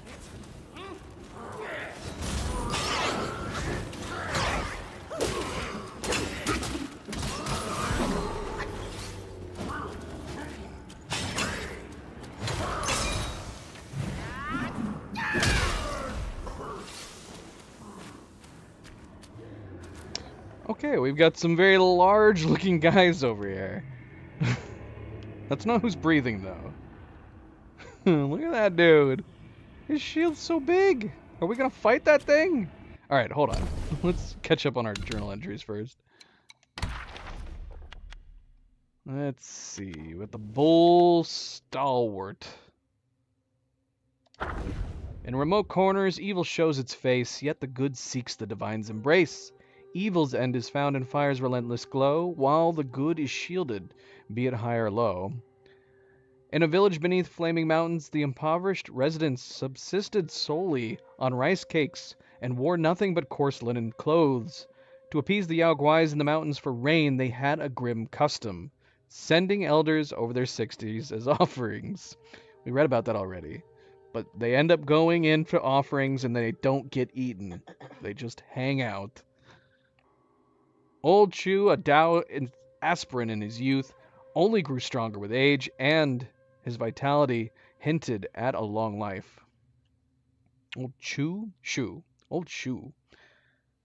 Yet on his 60th birthday, in the midst of a lavish celebration, the villagers placed him on a ceremonial altar and carried him to a stone temple in the mountains to be sacrificed. Confined in the temple, Old Shu grew weak from hunger and thirst. At the brink of death, the temple doors swung open, and 2 enormous figures entered. Another old one of them said, and the other followed. "He's still breathing. Go, let's check on him." He was then approached by 2 Bull Guais, clad in armor, each wielding a pair of hammers. Frozen in fear, he remained voiceless. However, the Guais, instead of harming him, handed him a sack of water and shared their dried food. They then instructed him, leave the temple and follow the path marked by bamboo stakes to find the main road. From there, the west leads to the kingdom of sacrifice, and the east to the kingdom of women. Choose your way. The kingdom of sacrifice or the kingdom of women? Which is worse? Which hell would be worse? I mean, the fact that he's scared too, because I was under the impression that surely if they have customs where they're inevitably once you become an elder, you get sent to this place, that you would think you would be brought to the belief that it's an honor to be sacrificed. Or sent to the kingdom of women, I guess. Recovering his senses, Old Shu asked why they spared him. One of the Gwais replied, "You mortals underestimate us. If we were to feast on humans, we wouldn't choose the elderly.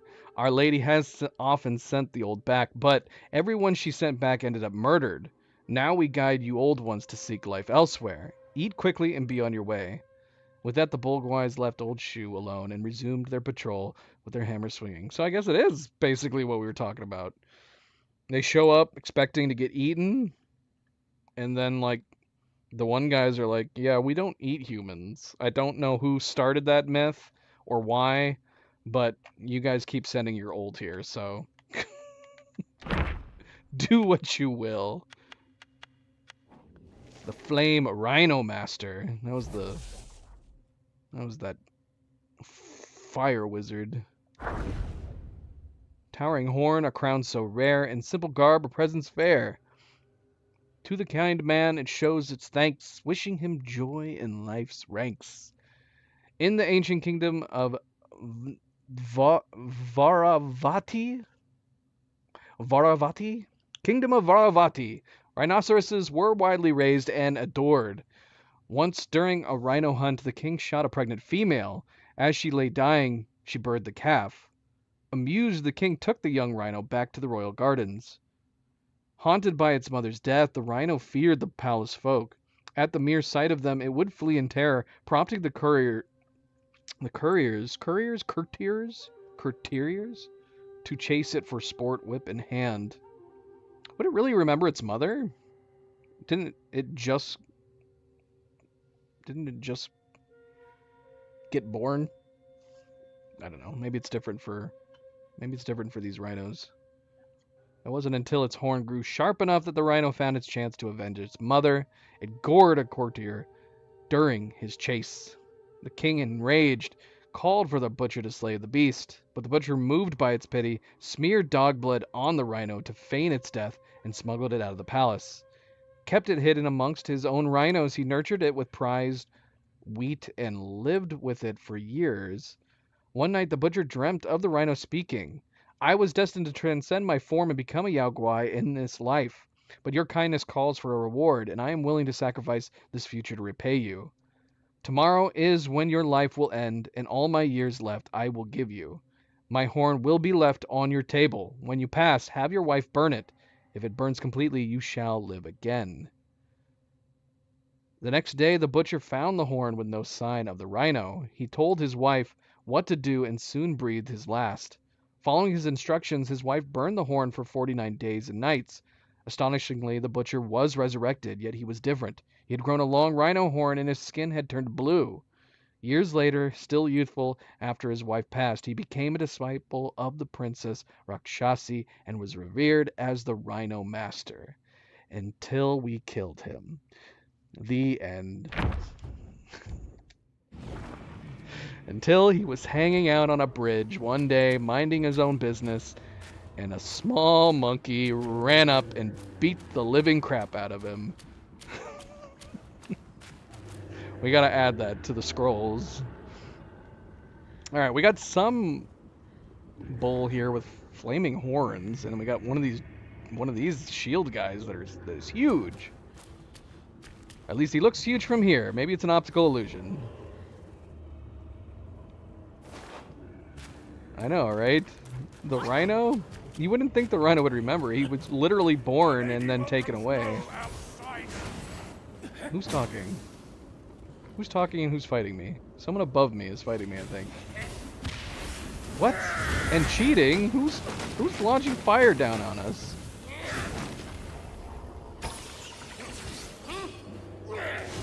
I have no idea. Somebody's cheating. It's a bloody rhino wizard, like the story we just read. These are the cheaters.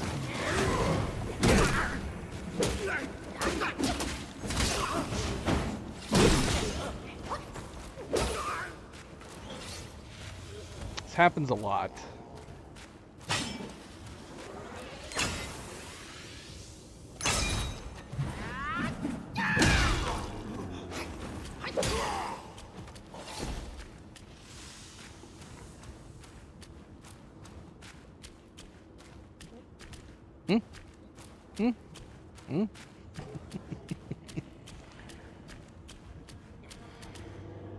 Is that another one?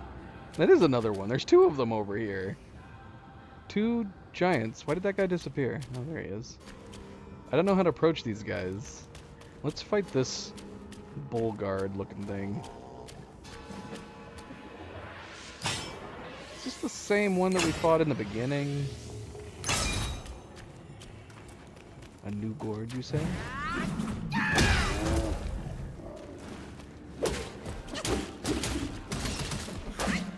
And this just looks like a flaming bull guard. Ow. Ow. Okay. Oh, did you just respawn? Oh my gosh, come on. Why? It's not like he was outside of his zone. Did me falling 10 feet away reset him?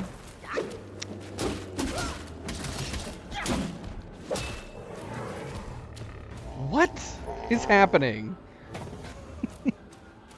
Is this an illusion? Why does he keep respawning? Is he bugged or is this a known feature? What is going on? Oh my gosh. Alright, we're not gonna keep fighting him. This is ridiculous. He's a cheater. He's got infinite lives like me. I'm the ultimate cheater. Ah! Oh my gosh, what's happening over here? Did that dude just do that? Who did that?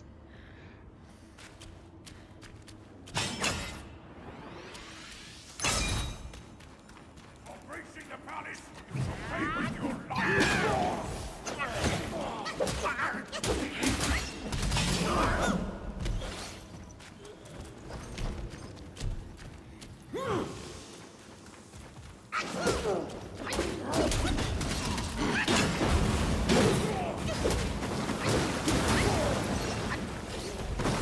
Ah! I think he is doing it. There's a shrine up here. We're gonna go get this shrine. He's too big. Should we go out there and try to fight him?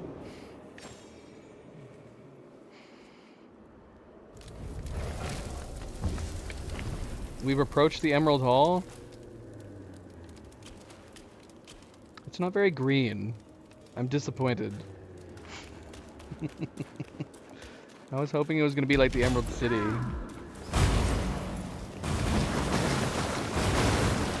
Come here, you giant thing.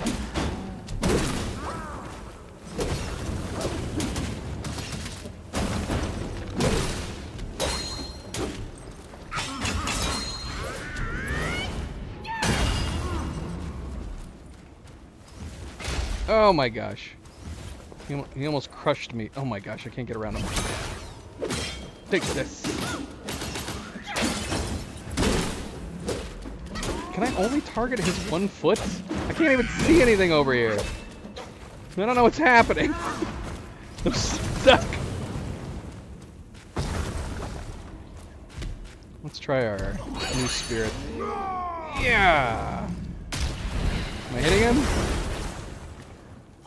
Did I? How much damage did I do? I wasn't paying attention to his health bar. Yeah, why can't we switch feet? Why do we have to only target his feet? This one ankle. Is he like Achilles? Is he only weak on this one ankle point?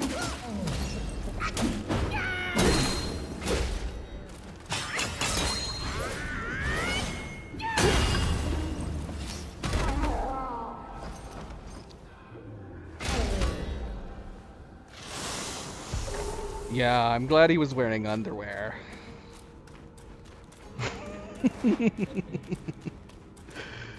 I'm glad he had a loincloth. That'd be awkward.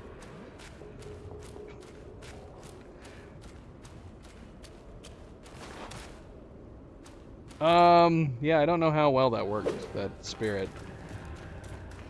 Let's switch it. Let's switch it. Let's just go back to the tried and true.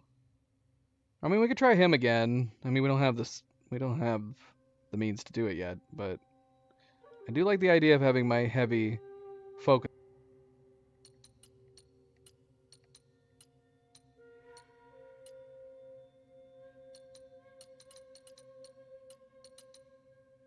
Yeah, let's switch back to him. We'll try him again. Switch back and forth. Are these like pseudo bosses? Are they permadeath once we defeat them?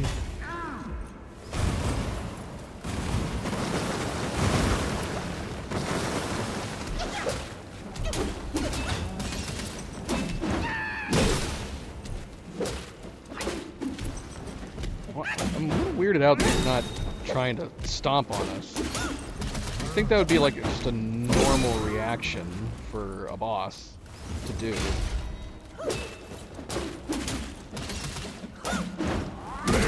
Instead he keeps backing up.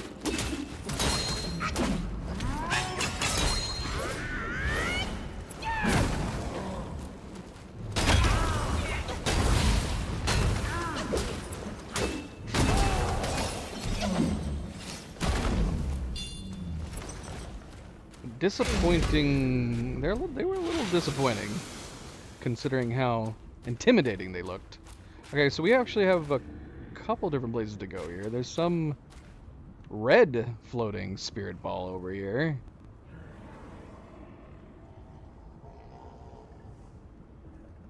Yo, yeah, I haven't forgotten about you, you dink. Are you even beatable? I have no idea. I mean, if he has a portrait, we want to beat him.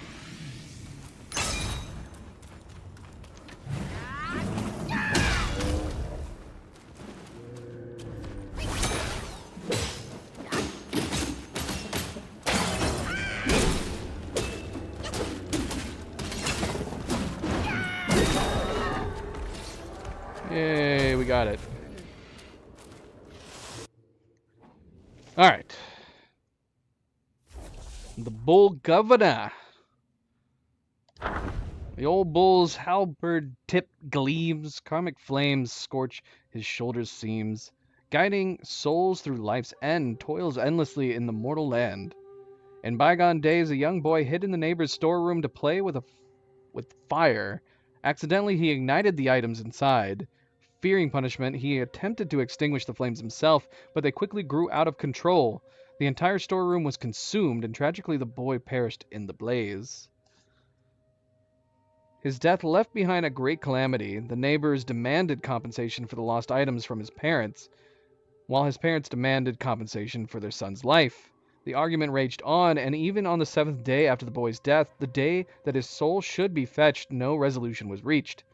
With the ritual at the funeral disrupted, and the bull head and horse face, the soul fetchers refused to escort his soul. Alright, Horseface. Who's Horseface? Seeing his subordinates' reluctance, the bull governor decided to escort the boy himself. As they approached the boy's home, they heard the sounds of his parents quarreling with the neighbors. Entering the courtyard, they saw the boy's parents accusing, "Our son died in your storeroom. Who knows if he stumbled upon some illicit activity and was silenced?" The neighbors retorted, "Our storeroom held valuable items. Your son must have had thieving intentions causing the fire. You must compensate us." Their heated dispute eventually ended up in violence. The bull governor asked the boy, "Did you ever foresee this outcome?" The boy, filled with regret, wept bitterly. The bull governor, in his compassion, said, "Enough. Such chaos on a soul-fetching day is disrespectful." With that, flames erupted from his shoulder, and he struck an old tree in the courtyard with his halberd, setting it ablaze. The tree was charred black, and only then did the quarreling crowd remember it was the soul-fetching day. In panic, they all fled the courtyard. Sea Rakshasa?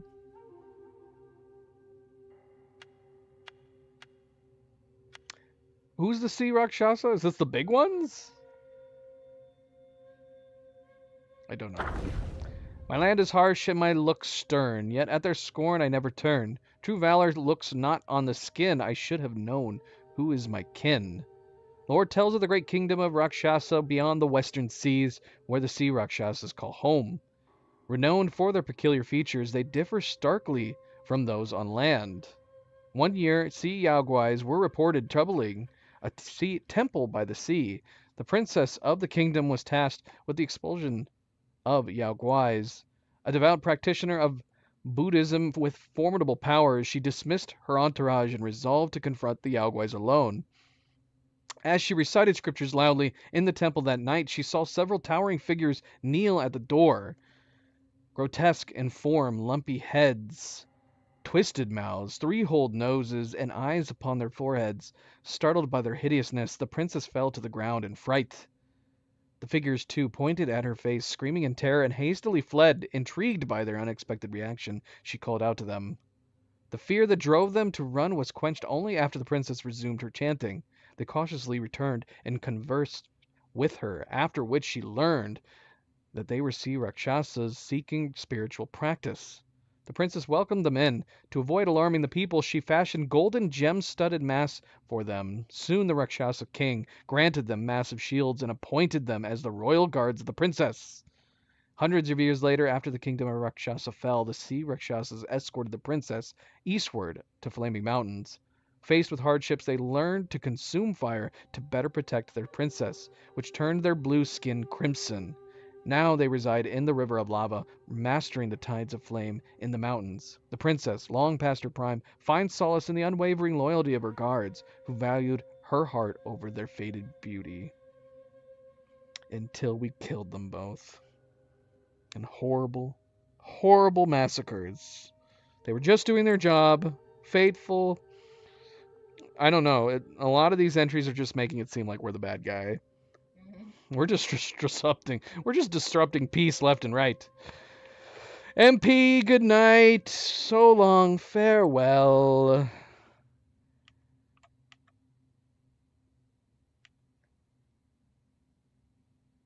Thank you, MP. You want to drop that link? Yes, of course. A good, friendly reminder. Don't forget to hit that like if you have not yet already. Very, very much appreciated. And if you haven't yet voted on the next Souls or Souls-like game, we have a poll up right now on the community thread, or you can click the link MP just posted that will take you directly to the post, where you can cast your vote. That is for voting on which. I mean, we have some Souls and Souls-like games to play in general, but one of those two is going to be the next Souls-esque game we're going to play.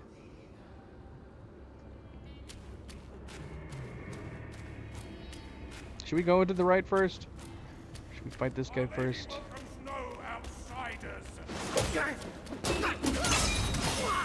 But yes, don't forget to hit that like. Be like MP, hit that like button. Very much appreciated. Thank you, thank you.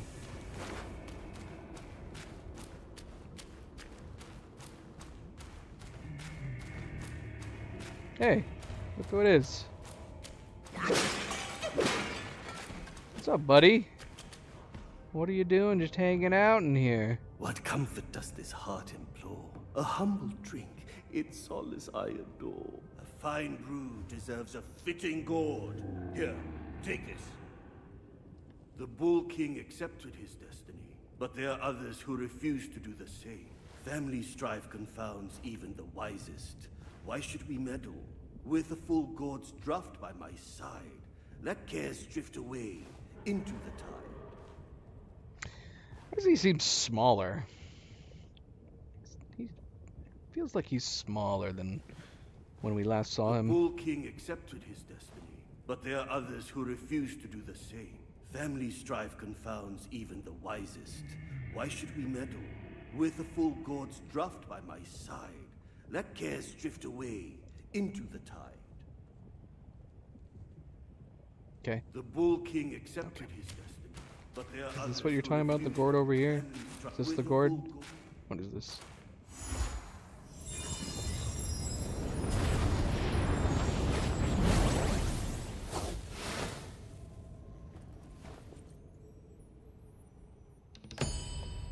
The Supreme Gourd. How odd to encounter this old man at every corner. Does he say anything different now? The Bull King accepted his Nope. family's withful gods. Okay. So we didn't just get a new gourd, he just completely upgraded our current one. Now we have 10 heals. 10! So it gave us one more heal. If we hadn't upgraded our gourd to max, would we not have been able to get this upgrade? Or would this gourd upgrade just have given us one extra, regardless of our upgrade? It does make it a little bit. I do feel like switching to this one during certain boss fights might make sense, even with 2 less, but I guess we'll see. It looks cooler. I like this gourd. This might be my favorite gourd.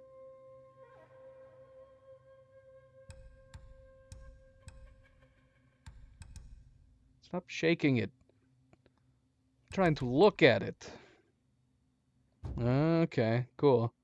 Well, I'm glad I upgraded it then. Goes really well with this outfit, doesn't it? The black. The black and the black. Even matches the gold on the chest. We need more gold adorn. See how he has like this gold on the chest piece, but only on the chest piece. Wish we had that a little bit other places. I like this outfit. It's good. It's good, good, good. What else did we pick up? Oh yeah, this. The golden carp. When at full health, significantly increases attack. Interesting. I'm very rarely at full health, though. Very rarely. Obviously, we'd be full health when we first start. I wonder if it'd be worth it. I don't know. Something to think about. Something to switch to, possibly.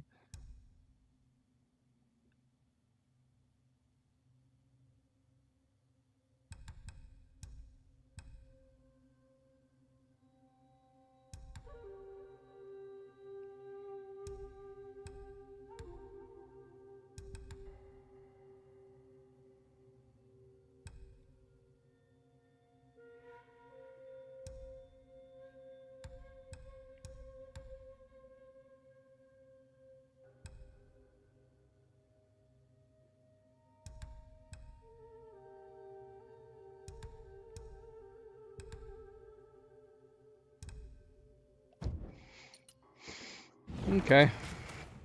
And that's good. That is good to have received. Give us some more health. We've gotten to a point where we actually seldom use all of our health, even in the tougher bosses. We've gotten enough health enough health refills to a point where if we die, it's usually because we messed up. They've either hit us with too many blows, couldn't dodge certain attacks, or I wasn't paying attention to my health, which happens regularly. Did I miss anything over here? We ran over here and we beat up this wizard. Is there anything else? Or have we gotten everything?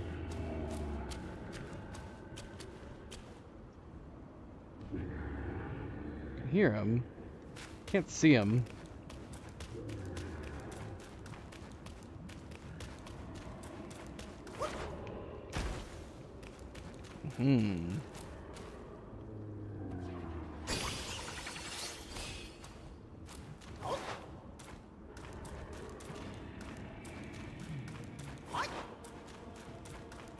Okay.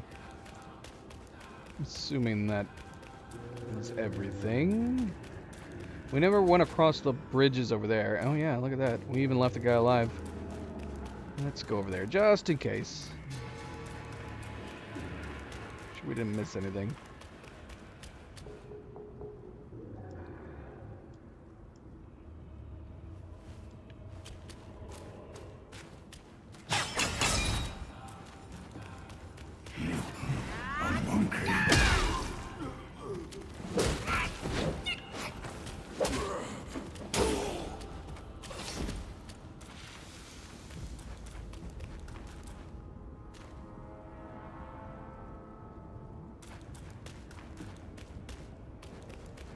Could we have run up this?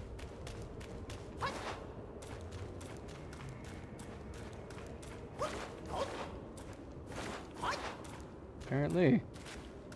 Apparently.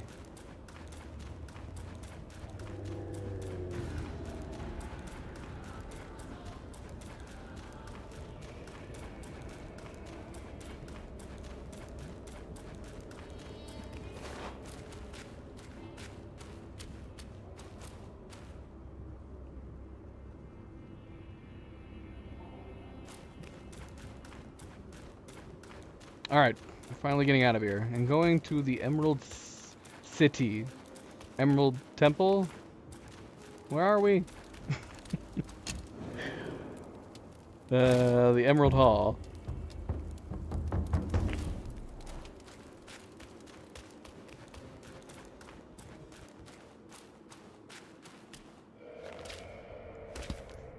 Keep this cicada safe with you.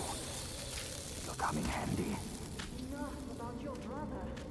If you care for him so much, why not go back to him and give him some peace? We get to be a cicada again. Save him, or this mountain from its doom. Both are beyond this plan. Mother, please, I am begging you. Father's life hangs on a thread which brother could cut short any moment. Since when did you start caring for that old bull? Do you not think you can hide your secret wish from me? You wish you could rule this mountain with your brother once we are finished. If you won't act, Mother, then I implore you to lend me your plant and fan to save Father. Words from cunning foxes. You just want to trade my fan for a smile on your brother's face. I owe my life to Father, and to your kindness for taking me in. Brother was good to me, but I would never betray my parents for him. Say no more of the fan. We raised the boy. Guess this is what we deserve. But you... why are you here at this very moment? Rakshasi, I'm not a part of your family, and I'm aware I have no voice in this. But Ping told me the Destined One had arrived. The Destined One, who doesn't even know what he's destined for. Those old bastards must have pulled a muscle coming up with the name. You and I both know who he truly is. When the time comes, your children, your husband, and even this very palace could all turn to ashes. What do I have to fear from a mere pawn? He's no match for us. He can't even rival the power of my fan. Once the truth is revealed, suddenly he is here. Do you not find it odd? Such a twist of fate. The truth? The truth of what? Who are you talking about? I heard the Destined One had obtained all the other relics. Rakshasi, your situation is grave. Do you not see who mandated his return? Were those relics really bestowed for your good? Perhaps amid these schemes and plots, we've unwittingly become stepping stones for his rebirth. For others, I care not. All along, you are all I care for. I say we should leave together. I vow to treasure you dearly, just like when we're up there. I never thought that one day you'd be the only one I can rely on. I am overwhelmed. Come, sit with me, and tell What is me happening? what to do. Don't let him, Mother! Don't you see? He is taking advantage of you! You lecher!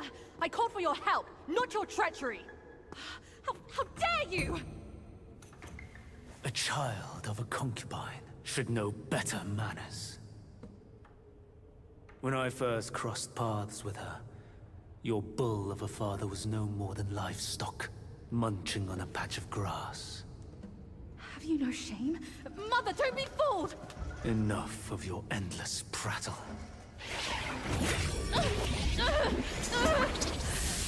Oh my gosh. He disintegrated her. that's She's better. dead. Rakshasi, have we not been this close since our time in Tushita Palace? Well, yes, I do miss the old days too. We were so happy back then. What? What in the blazes? No tricks here. It's just my hoof. You deserve to know before we kiss. You will live to repent. What? You dare take her form and beguile me? My old friend, wasn't it fun? Have we not been this close since our carnage in the fox den? You abhorrent fraud! My candid words were wasted on your foul ears! Candid, my hoof. Your revenants are everywhere. I thought you'd have better lies.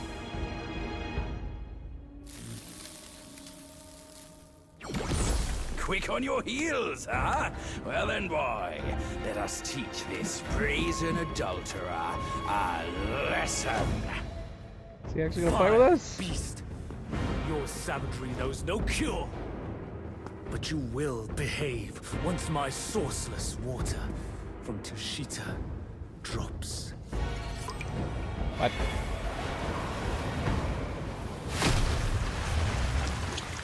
I've aided your Aw. journey once. That would have been an Now I shall awesome aid you arena. again Where the hell did we when you're go? right. We were in such a cool place. And now we're in just in the middle of a bunch of crazy water. Save your brothers. Down is the ultimate. What are you doing? Oh, whoa, whoa, whoa, whoa, whoa.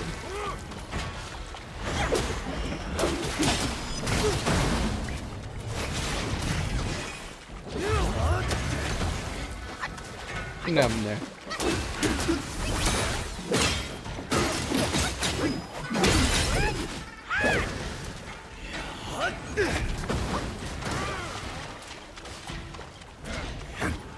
No more time.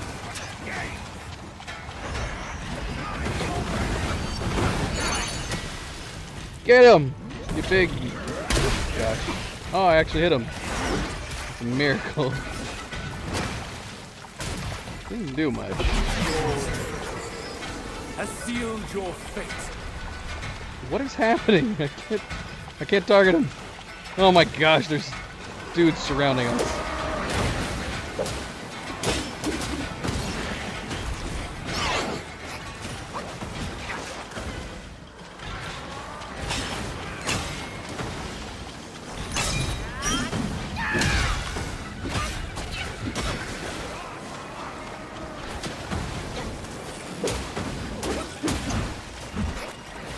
Alright, I do not like these other guys shooting arrows at me.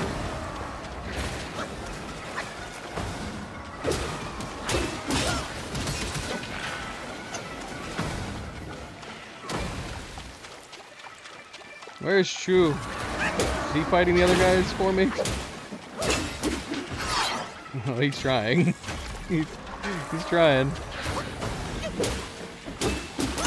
Thank you, Shu.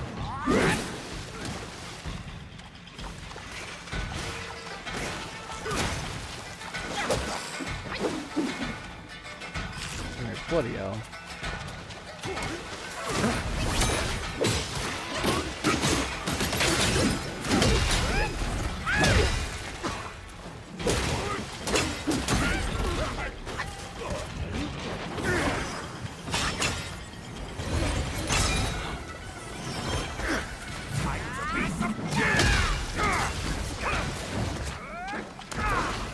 Yin Yang Drift.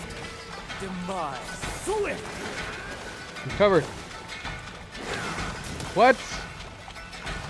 It's the horse guy. What is he doing here?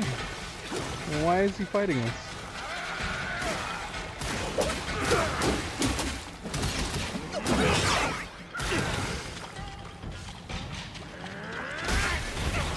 We were friends.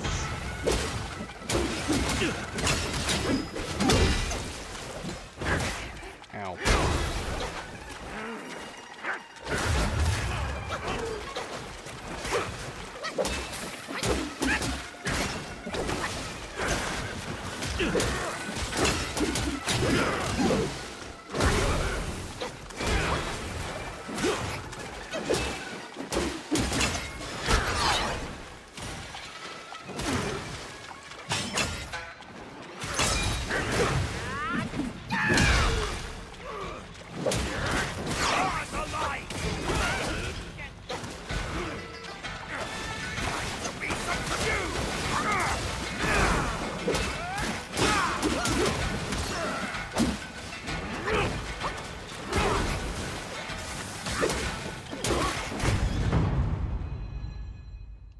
We defeated the horse, Squire.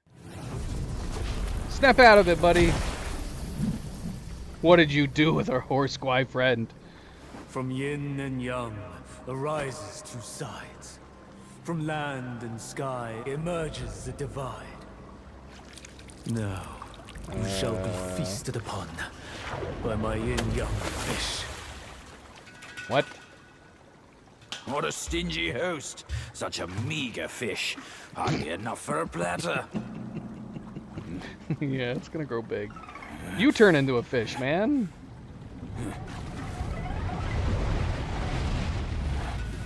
Oh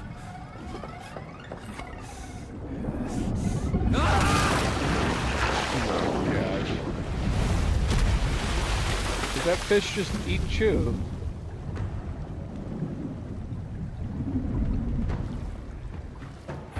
Oh yeah, where'd you go? Yeah, he just needs to transform while he's inside of his belly. And burst out of him. Oh my gosh. What is this madness?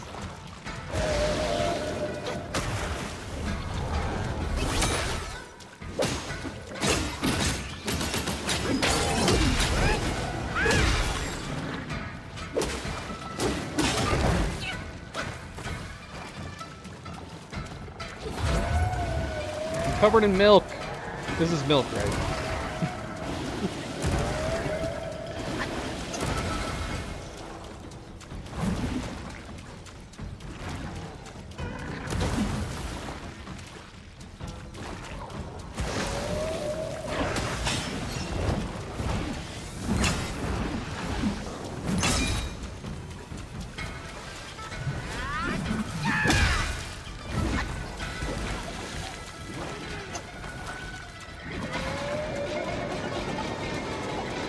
What's happening?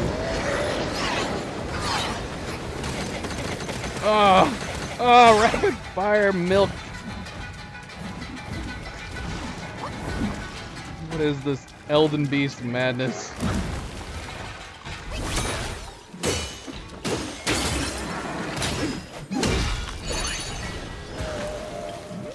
Come back. Nice. That was actually pretty good. I'm starting to like that we can do it from so far away.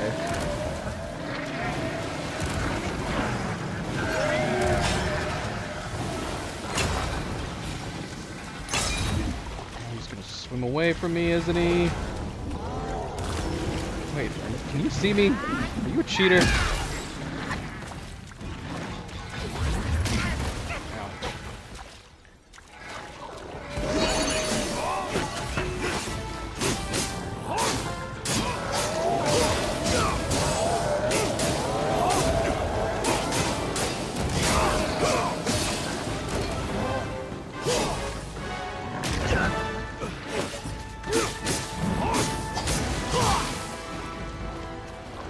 Come down from there. I don't have time for this.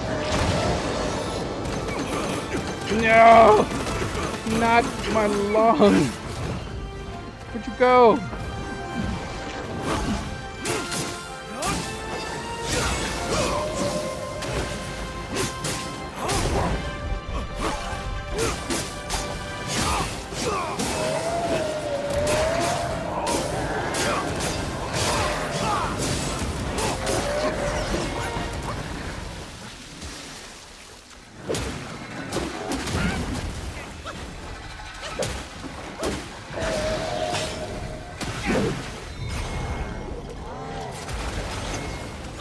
Stop it.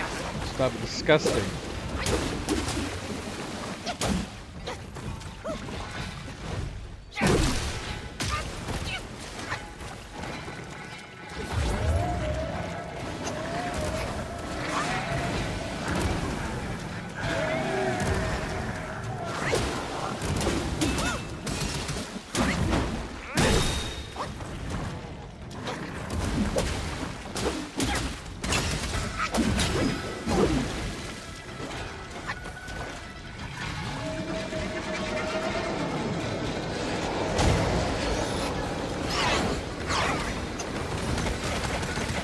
Ah!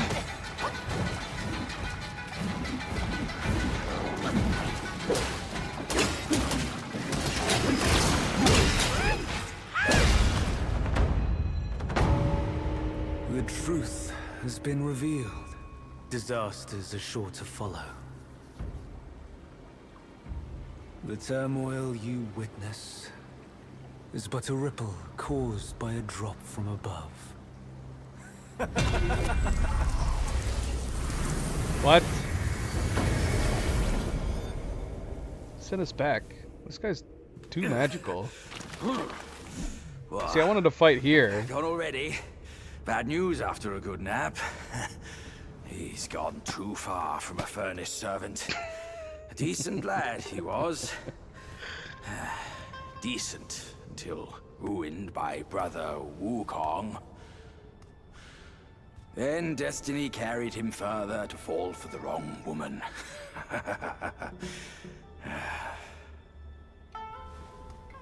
You, go up this way. Check if any way leads up. I'll go look around. The owner might be gone, but her treasure might still be there.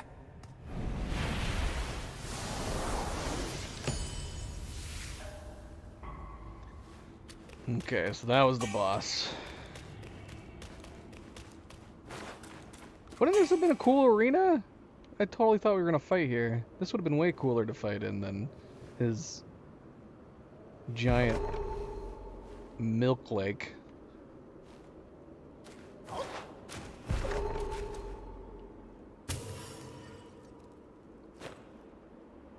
What did we just pick up?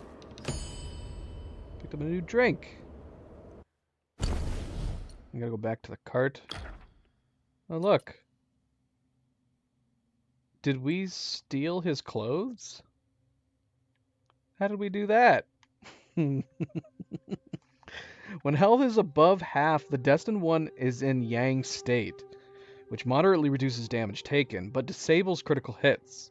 When health is below half, the Destined One shifts to Yin state, which massively increases critical hit chance, but massively increases damage taken.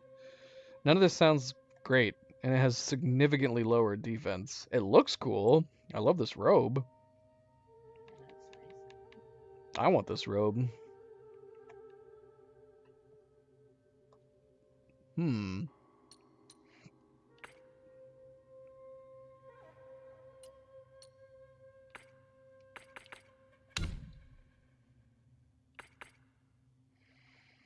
Each sip recovers 30% maximum health, considerably increases damage executed by the next attack. So only the next attack. So we would have to try to time it with our charge or focus points base. It's got 4 upgrades. 19% less healing.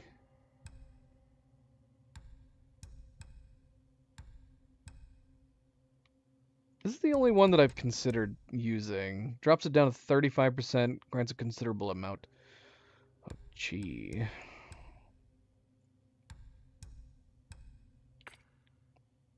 Okay. Let's read about this dude. 2 dudes. Yin Yang fish. Wait. Are they one and the same? Did he turn into a fish? No, he planted a fish. So I'm assuming it's going to be him in the characters category. The Yin Yang fish. Black yin fish, white yin fish. Stirring storms with a sky flipping swish. Leaping, twirling, never at rest. Boundless power in a bowl compressed. In the South Sea, there is a fish over 6 meters long. Its dorsal fin resembles a blade and can change color at will, whether white or black. This fish can fly into the sky, creating massive winds and waves as tall as mountains. Each time this fish appears, the village suffers from a plague. Once a fisherman returning from his catch encountered an elderly man who could barely walk. Despite his frailty, the old man carried a heavy, tattered bundle filled with scrolls. Exhausted without money to pay for a boat ride, he struggled along the riverbank. The kind-hearted fisherman, seeing the old man's plight, offered him a free ride across the river and even gave him 2 fresh fish for a meal. Grateful, the old man performed a divination on the spot and said, "In a few days, a young man wearing a bamboo hat and a white robe will pass by. Under no circumstance should you let him come into your village. On the day he arrives, do not conduct any business on the river, or you will lose your life." After delivering those cryptic words, the old man vanished from the boat, leaving the fishermen both astonished and frightened. Yet he etched the old man's warning deep into his heart. Ouch, that sounds painful. A few days later, while fishing, he indeed saw a man on the riverbank who matched the old man's description exactly. The man, claiming to be weary from his travels, asked the fisherman if he could take him to the nearby fishing village to rest. The fisherman initially wanted to refuse, but then decided to take the man to a neighboring village downstream instead. After dropping the man off, the fisherman docked his boat and dared not return to the river. At that moment, the man pulled a black bowl from his sleeve and threw it into the river. As soon as the bowl hit the water, a massive pitch-black fish emerged and a fierce storm erupted, with waves surging sky-high. The fisherman fled without looking back. Sometime later, he heard that a severe plague had struck the neighboring village, killing many people. Initially feeling a sense of relief, he soon learned that refugees from the neighboring village had brought the plague to his own village, and they too were not spared. Not feeling guilt or anything, just a sense of relief that they avoided that initial plague. Thank goodness. So glad I let that come upon all this. But all he had to do was refuse. I think he was being tricksy. He was like, maybe I can get around. Maybe this is a deeper test. He's called Keeper of the Flaming Mountains. He didn't do much flame attacks, did he? He just kept trying to hit us with milk. I don't know how I feel about that. The furnace crumbles, bricks fall, a day of disgrace. Lamented he the beauty he could not embrace. All his talents wasted on the golden sun. Looking back, he's become a foolish one. The galaxy was clear and the sky was spotless. That night, a young Taoist boy sat by the furnace fanning the fire. Feeling drowsy, he was about to sneak in a nap when he suddenly heard a soft laugh. Looking up, he saw his master standing at the door with a girl, watching him doze off. He quickly straightened his clothes and stood up to apologize. Contrary to his usual stern demeanor, the master did not scold him. Instead, he called the boy over and briefly introduced a newcomer, instructing them to guard the furnace together from now on. Finally, he said lightly, "She is your senior. You may call her Rakshasi." At first, the young Taoist boy was delighted to have a companion, but upon hearing that the newcomer was a senior, he felt displeased. As soon as the master left, he decided to make things difficult for her. Handing her the fan, he said, "The furnace is now your responsibility. It's only right that the older one does the work, isn't it, my senior?" What? The young woman did not argue and simply smiled. "Indeed, my junior, you may go rest." The next day, when the master ascended the altar, the girl approached. The young Taoist boy thought she was going to complain, but instead she said, "Master, as a new disciple, it is only right that I fan the fire. However, the fan my junior gave me is a bit small and not very handy." The master glanced at the young Taoist boy and smiled. "If that's the case, I'll make a new one for you. You may as well wield it as a nice vessel." The young Taoist boy had not expected his usually strict master to be so kind to the girl. Gradually, he began to see her in a new light. From then on, they practiced together. He discovered that the girl was adept in both Buddhist and Taoist teachings. No matter what scripture the master taught, she could always engage in discussion, whereas he often struggled to keep up both in speech and thought. Later, when the furnace was kicked over, he was severely punished by the master. While their disciples looked on coldly, it was only this senior who volunteered to descend to the mortal realm to help him. In the mortal realm, he learned that his senior had her own cave dwelling and a group of loyal followers. The Master had even granted her the title of Earthly Immortal as compensation. Sometime later, the Master arranged for her to marry a Yaoguai king in the mortal realm. Though he felt a bit melancholic, he understood that he was ultimately unworthy of her, no matter how many dirty tasks he had done for the Master. In the Master's eyes, he would never be a match for her.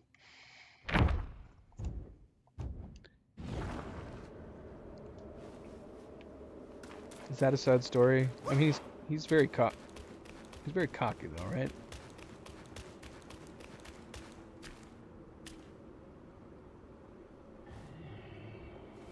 So we should leave immediately and come back? We can. Where did we come in? I mean, we didn't really come in. We flew in. Is there other stuff to find around this place? This Emerald Hall?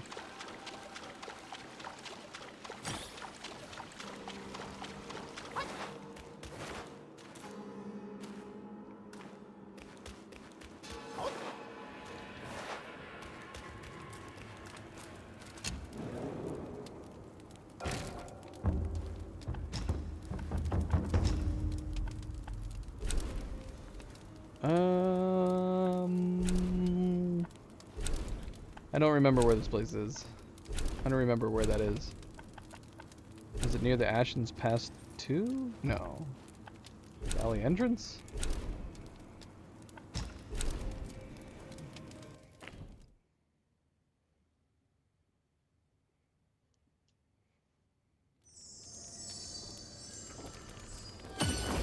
I don't know.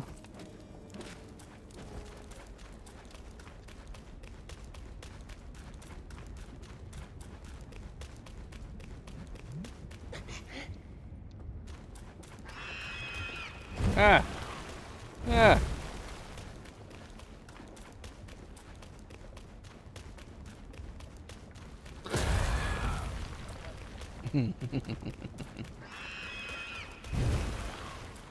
Somebody keeps screaming at me.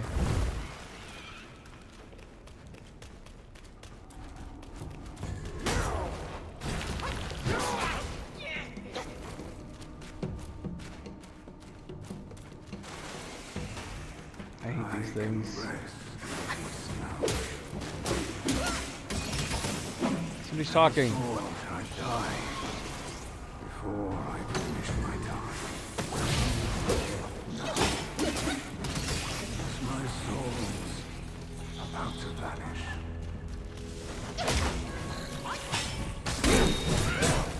Ow. That's cool, bro.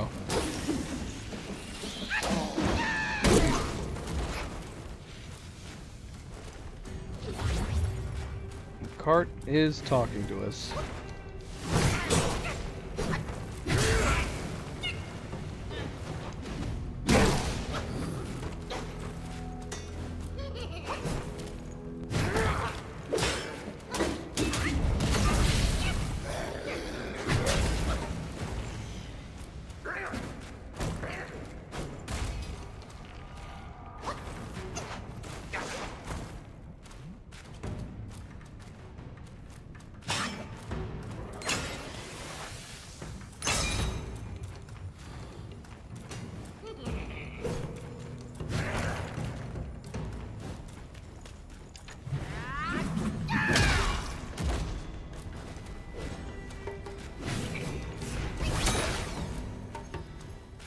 Yeah, that was dumb.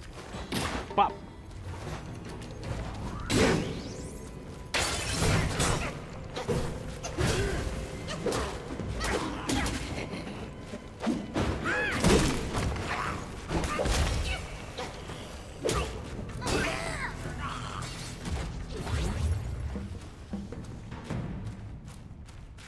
Pull forcefully.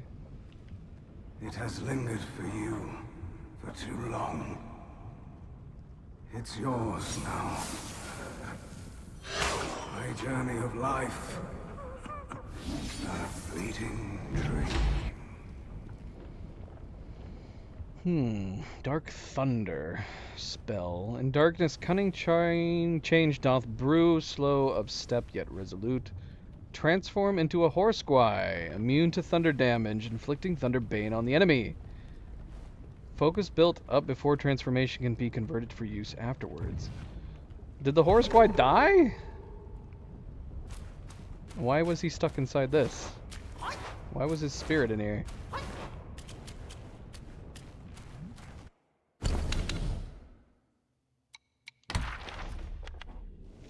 His name was Matianba? In life, a brave heart met a noble lord. Loyal and true, bound by a warrior's accord. Grateful and steadfast, he sought to repay, unyielding in courage, keeping danger at bay. Matianba was originally named Ma'er. Flaming mountains were scorching hot all year long around, with not a blade of grass growing around. Anyone attempting to cross the mountains, even if they had a head of iron and a body of steel, would melt into a puddle. Despite this, some merchants driven by the lure of profit attempted to cross the mountains to trade horses in the west. Yet upon setting foot in the Flaming Mountains, they were beset by Gwais. None survived except for one horse, which bolted and ran for 60 miles after sensing the danger. Exhausted and thirsty, it collapsed at the gate of the manor. An old man named Shu, who lived alone in the manor, took pity on the horse. He took it in, fed it, cared for it. Gradually the horse regained its strength and grew robust. The horse was intelligent and always responded to the old man's kindness with grateful neighs. The old man, seemingly able to understand the horse, said, "I was the eldest in my family. If you wish to join me, you shall be called Ma'er. As my second brother." The old man treated Ma'er with genuine affection, often going hungry himself to ensure Ma'er was well fed. Ma'er took note of this and remembered it in his heart. The Flaming Mountains were in perpetual drought, and without the plantain fan, there was no spring to sow and no autumn to harvest. Moreover, Shu was getting on in years. One day he was feeding Ma'er as usual. He suddenly collapsed by the stable. Seeing this, Ma'er hoisted the old man onto the back and galloped towards the plantain cave on the Emerald Mountain. He ran non-stop for over 770 miles. Yet by the time they reached the Emerald Mountain, the old man had already passed away. Heartbroken, Ma'er refused to return to the manor and began wandering the mountains. Is this how you actually pronounce his name? They keep repeating his name over and over again. Now I'm going to be curious. It seems simple enough, but for all I know, it's Ma'er.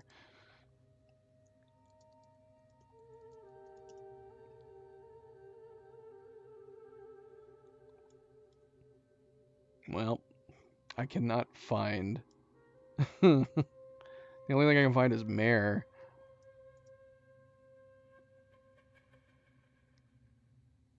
Alright, we'll just have to deal.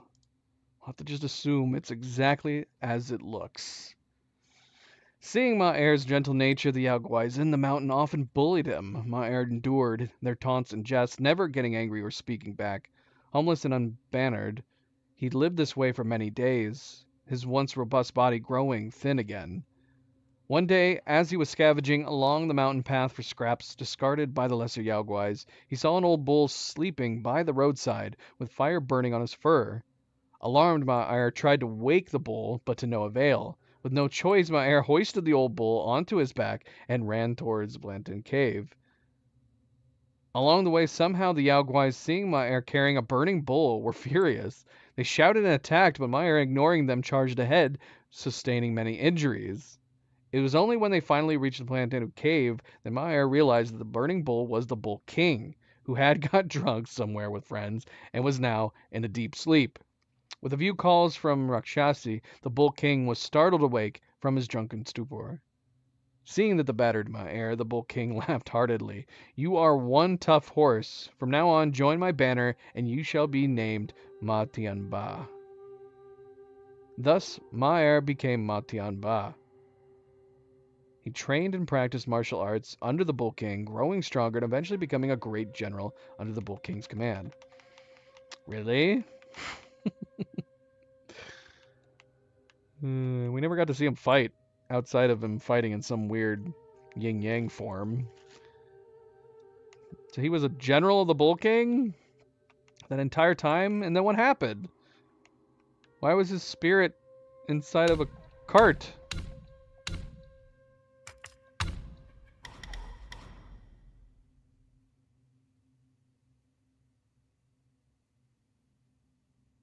Bolt Runner?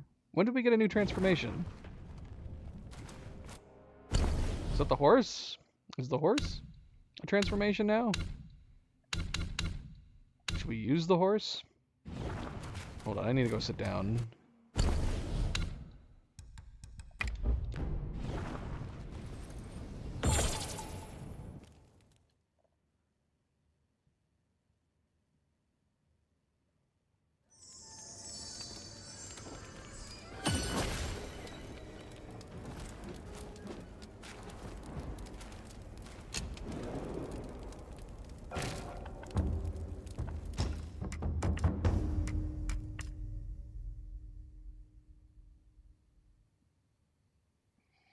In darkness, cunning change doth brew, slow of step, yet resolute. We already read this, didn't we? Okay, so we'd be immune to thunder damage, inflicting thunder bane on the enemy. Focus built up before transformation can be converted for use afterwards. Is he good? Is he better than the yellow long one?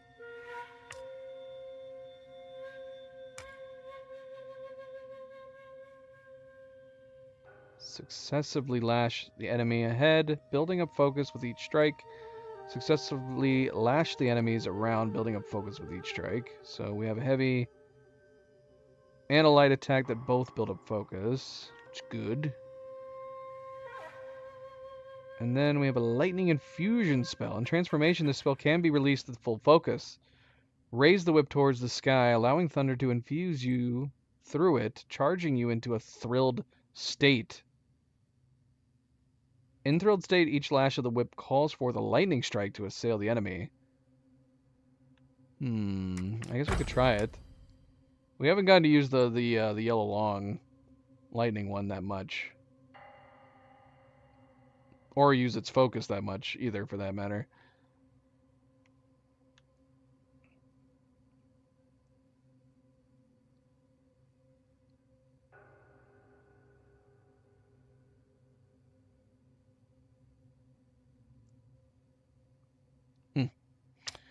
Alright.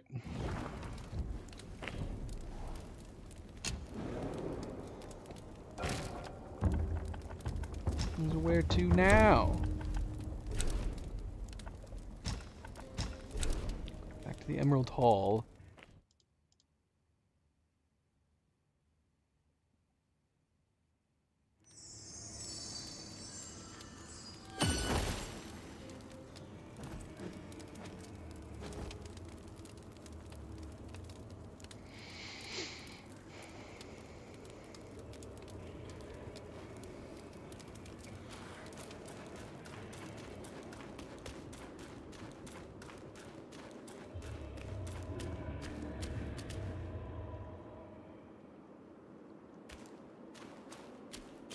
Hello, birds.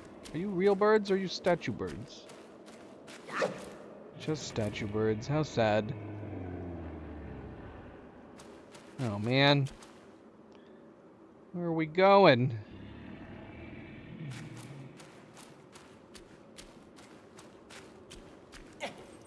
Okay, so the big guys are permadead.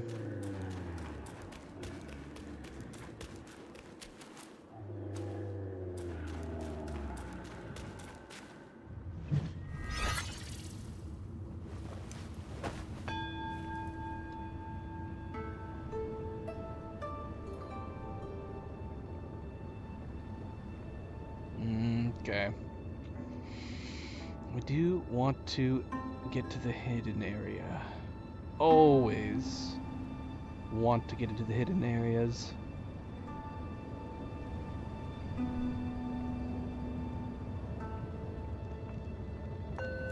I guess it depends too, though. We've been playing for almost 3 hours. wouldn't be a bad idea to save the secret area for its own stream. Depending on when we get to it, when we find it.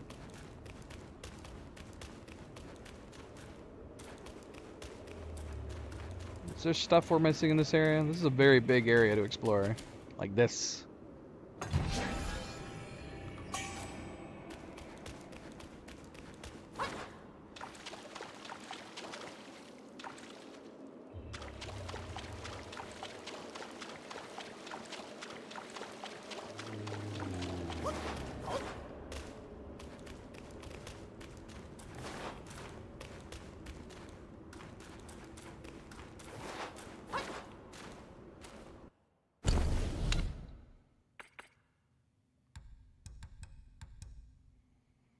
Slumbering Beetle Husk. After using the gourd, moderately reduces cooldown for all spells, but impairs movement for a short duration. Is that worth the trade-off?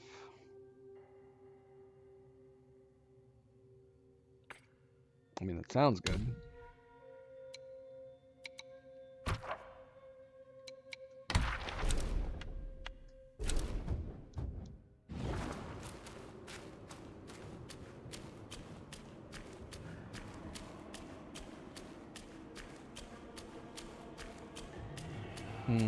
Okay.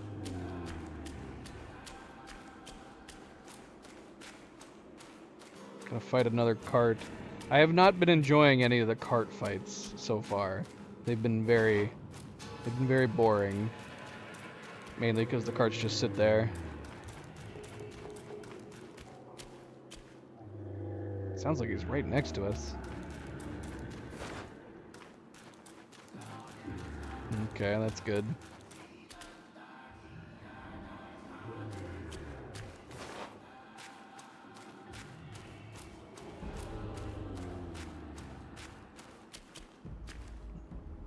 Is there a point to come down here?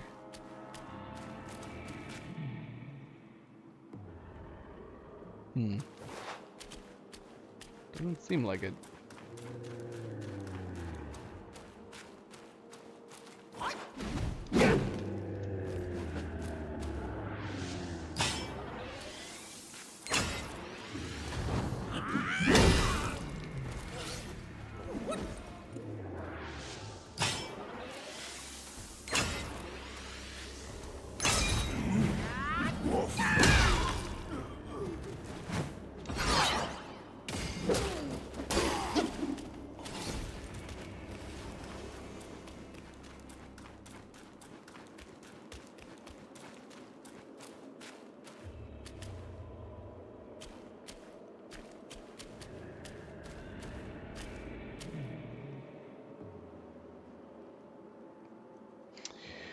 If by backtracking do you mean the place that we left behind in Chapter 3 that we never went back to? Because I haven't forgotten about that place. Ah!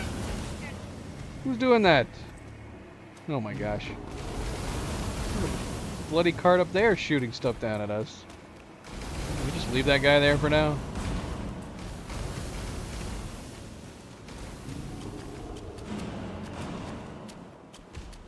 Okay. We do still have to go back there, though. We never went. And I don't recall being told to go back there.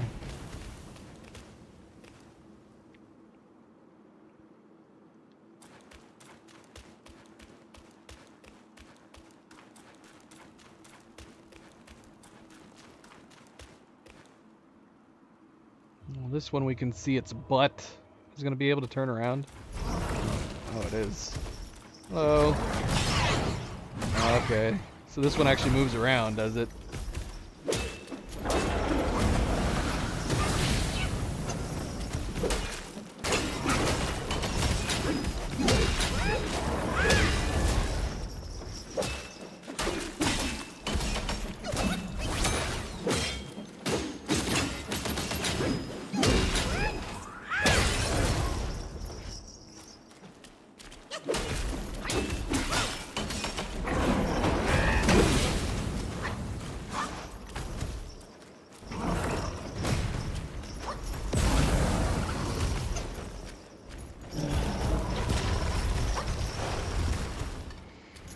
try this horse out.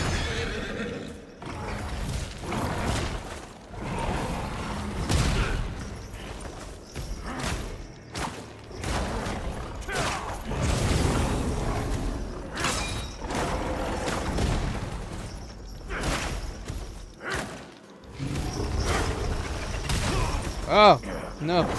Backed up into me. Okay, so now we're lightning. Oh, it doesn't last super long, does it, though? I don't know. Oh my gosh. He's still hitting him. Okay, that's pretty cool.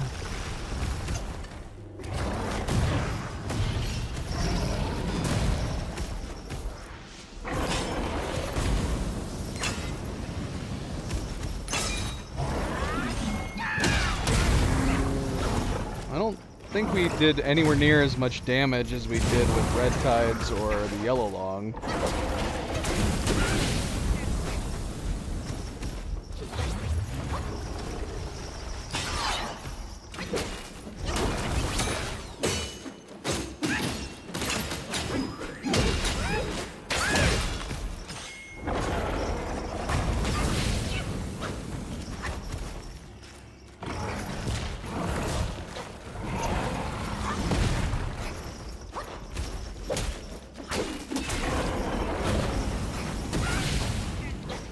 Man, it's hard to get away from that spewing fire.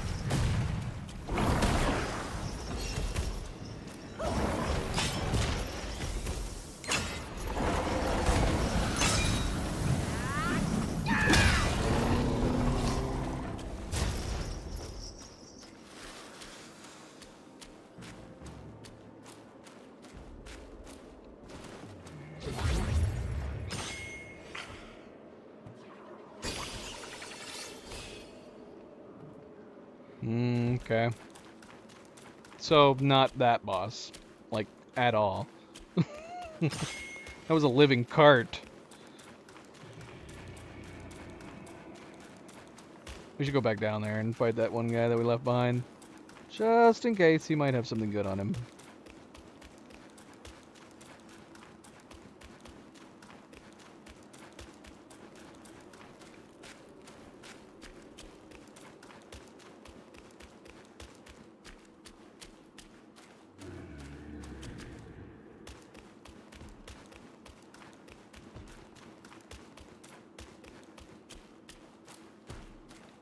Okay. So it makes a difference in the long run after we're done using them. It'd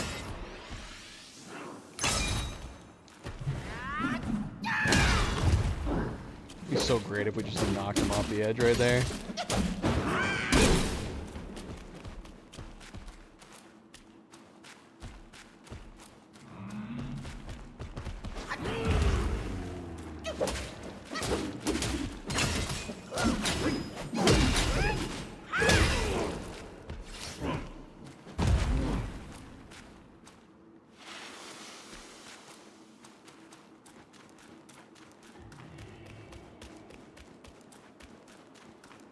Any other things we should be looking for? We can't drop down here. It totally looks like this is a path.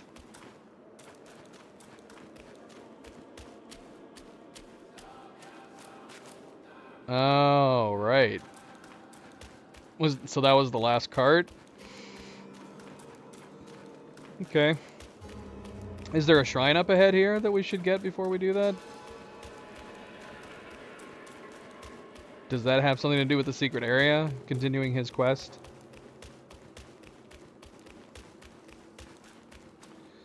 I wouldn't mind knowing like a cutoff. Okay. Well, maybe we'll save that. Maybe we'll save talking to him for the next stream. As long as we're not hitting a point where it's gonna cut it off and make it so we can't go there anymore.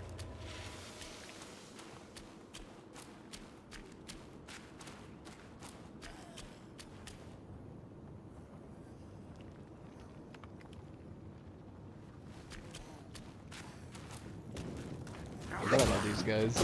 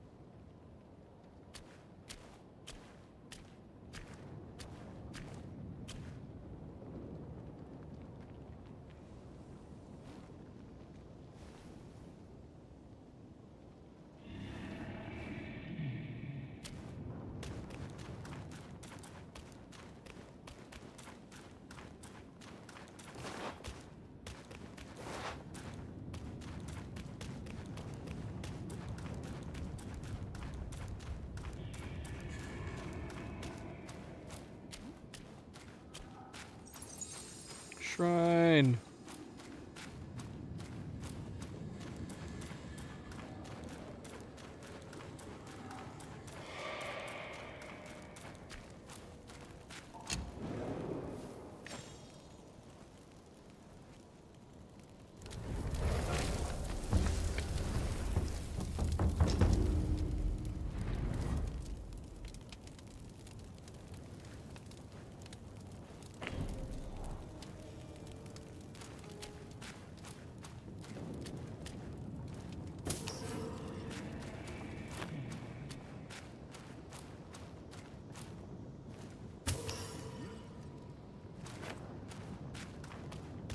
Meditation. That means we only got one left. And I'm going to assume it's probably in the secret area. Oh shoot, there he is! This is where we're meditating? He doesn't look so great.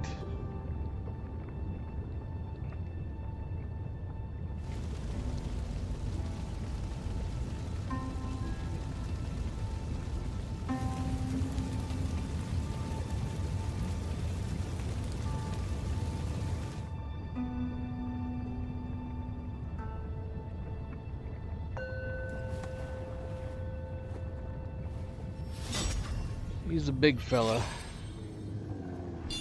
Somebody cut his chest. He's like, I'm too old. This sucks.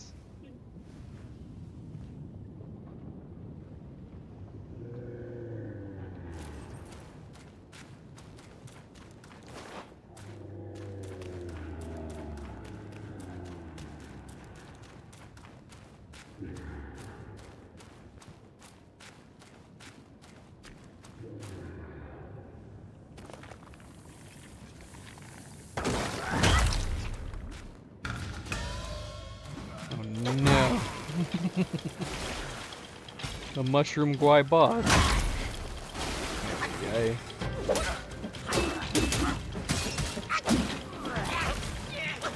What? Took off its head and threw it at me. It turned me into a mushroom. I'm a mushroom man now.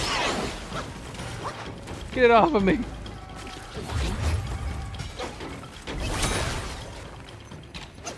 Oh, get this off of me.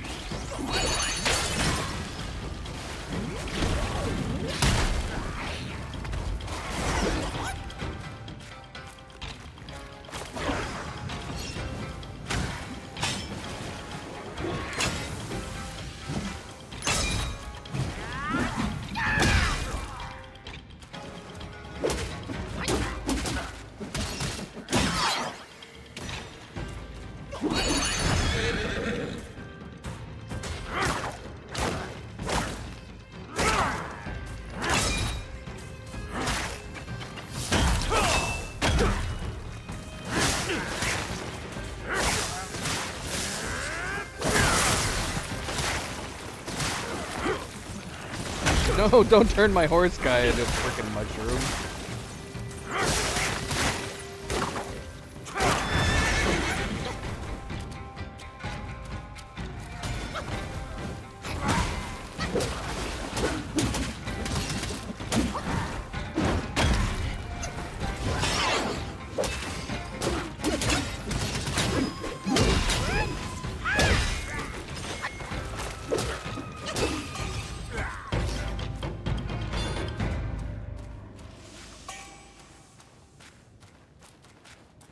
Another spirit. There's so many spirits, man.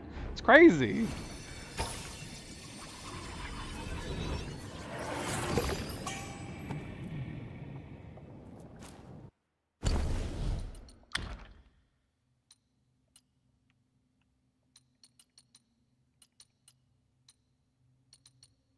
Take the form of the nine-capped Ling Shi Guai. Ling Chi Guai? Wearing the earth spirit cap with avert tread, Ling Chi shall sprout and explode, dealing poison damage to nearby foes.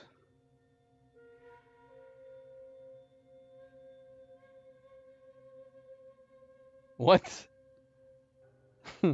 Wait, what?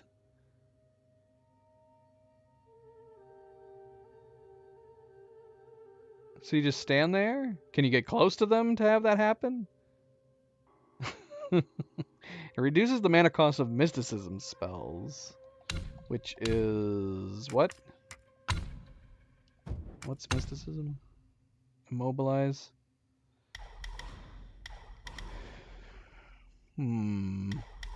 Speaking of things we should upgrade.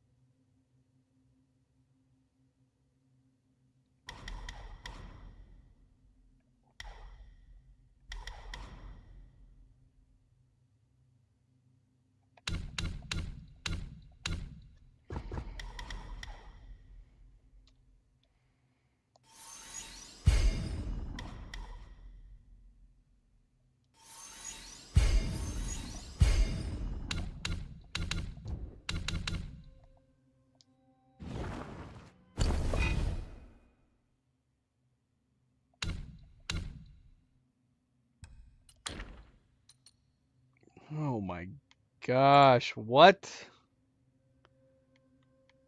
It turns us into a mushroom.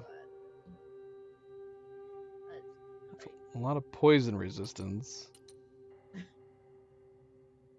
Slowly loses health, but massively increases health recovery when using Gourd? What? I guess it depends on how slowly it loses your health. Like, maybe that could be helpful? I don't know.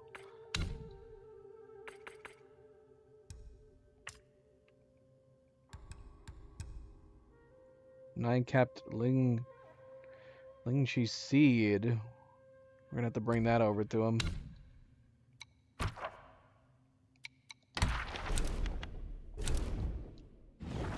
Okay. Do we have an entry for him? That we don't have like a young Yao Guai chief for that thing we just killed?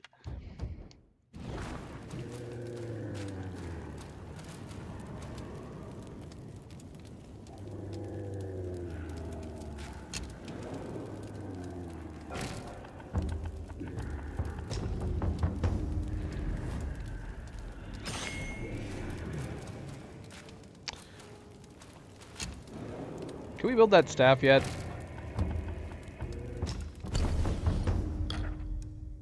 Nope. We haven't gotten one.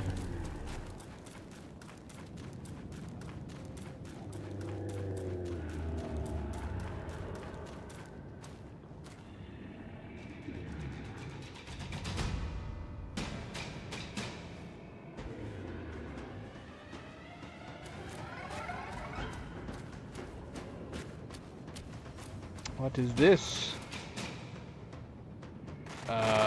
What? Oh my gosh, it murdered us! Who put the murder ball over here?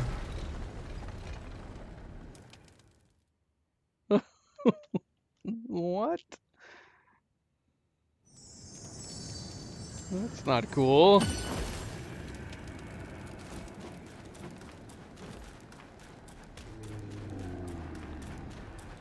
Can we go buy it? Can we dodge it? There's a monster over here.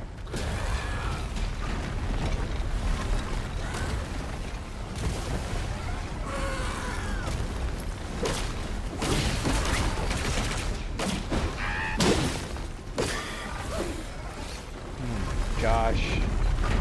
This is crazy. Oh, I don't feel confident over here. Can I hide over here with you?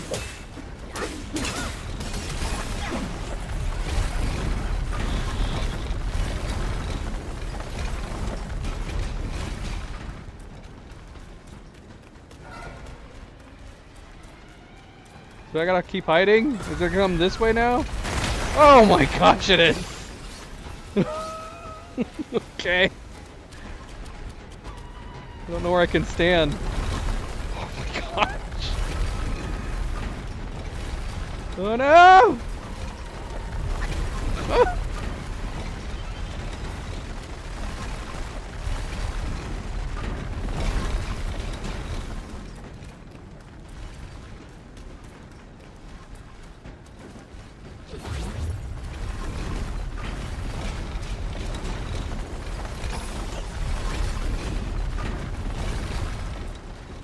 I'm gonna run by you, because I don't know if it's gonna keep coming. Hey, big guy. Can you get killed by this? Can I just lure you out over here? Oh, shoot! Alright, that worked out.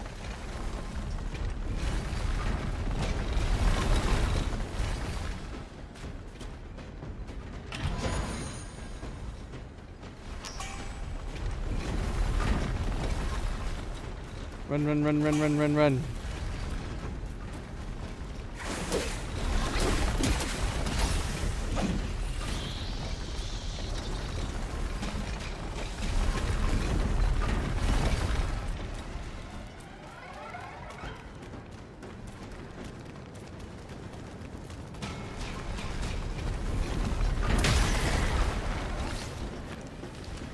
My gosh. Look, we're almost to the Bull King. Oh no! Oh, come on. We were right there. No, I don't want to start over.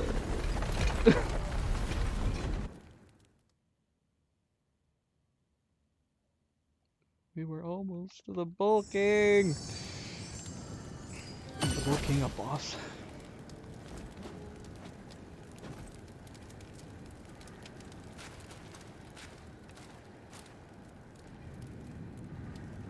Man. Damn it.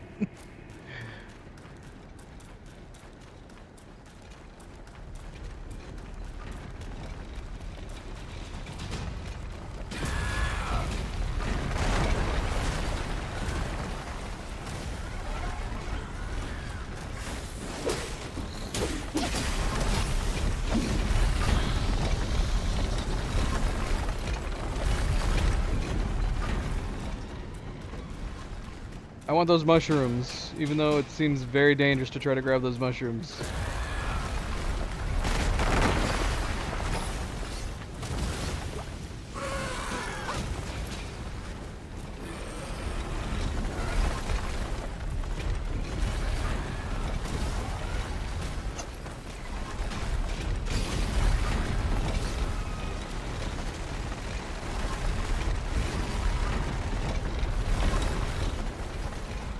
Not in a good spot.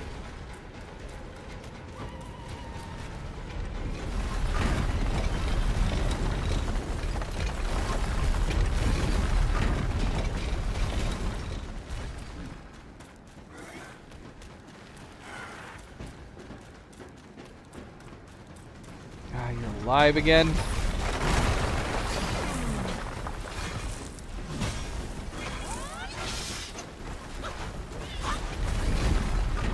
Hell.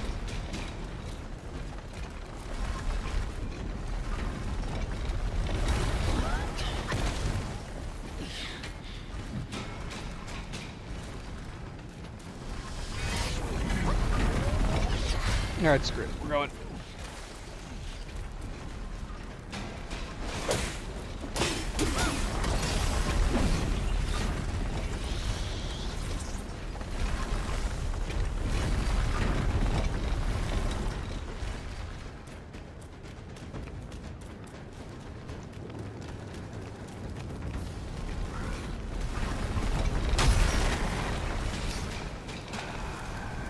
No.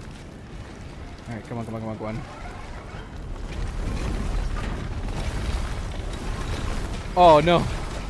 Was this a mistake? Ah, oh gosh. It was a mistake, wasn't it? I gotta go when he goes forward, don't I? Oh, that sucks.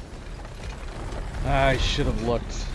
I don't know why it didn't occur to me to look until after we had already started running.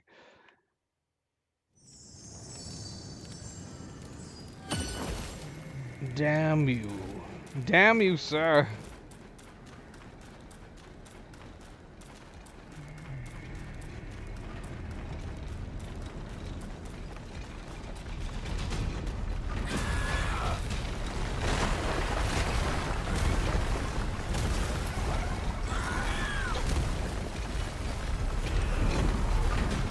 I should have gone right then. Doggone it.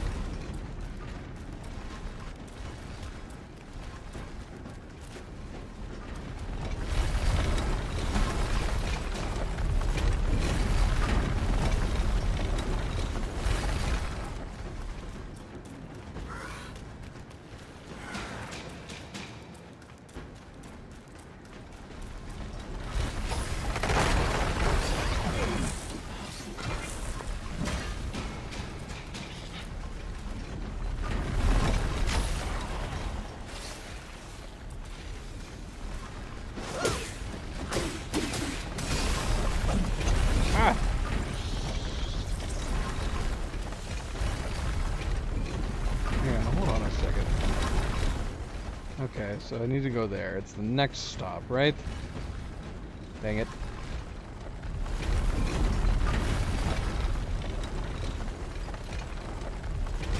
Who built this? Who built this insanity?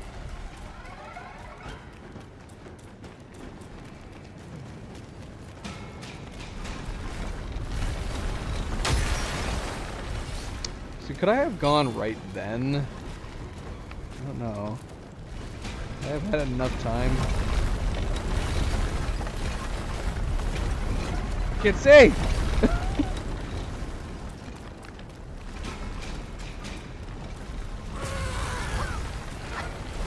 Kill that thing!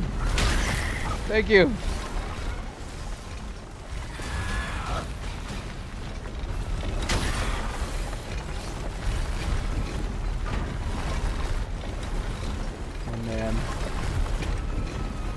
Going? Do I go right here? I don't know.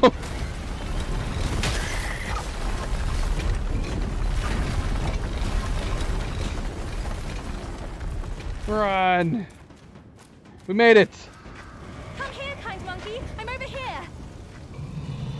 I found the fan! Look! What? Mother left her fan before she went away. She must have felt torn between her son and husband. But this iron ball, it just won't stop. Now that you are here, help me drive it away, and I'll let the fan do its work.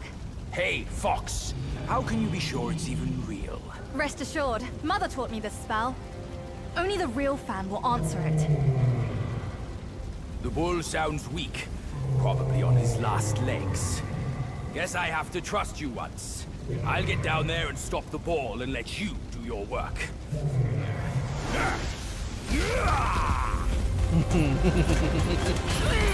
Awesome.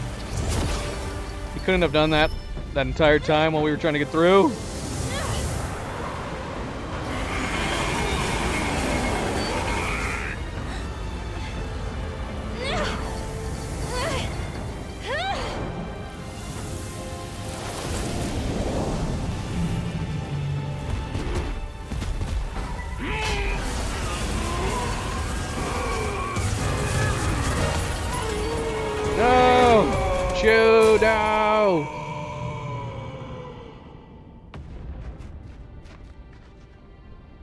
He's gotta be fine, Don't worry. right?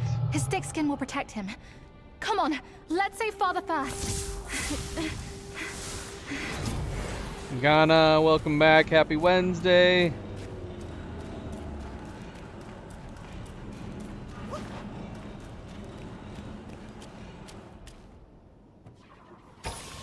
Man, look at this view.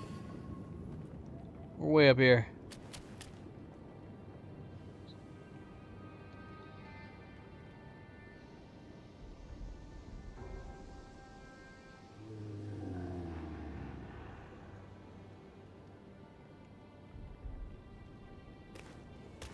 You got a girlfriend. That's good. Congratulations.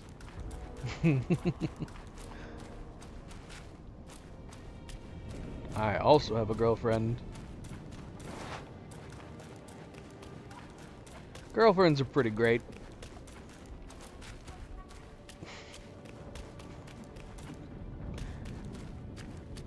You mean in the game? Oh, well then yes, I have a girlfriend.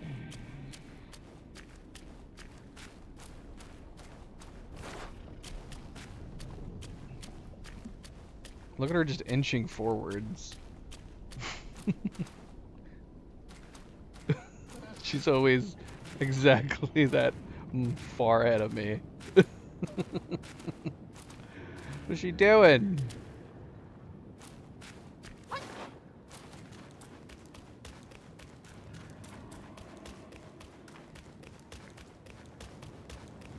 Gosh, when I think he's one size, it seems like he just keeps getting bigger and bigger.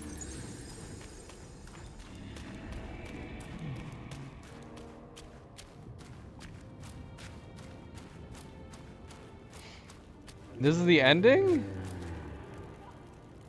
Say what?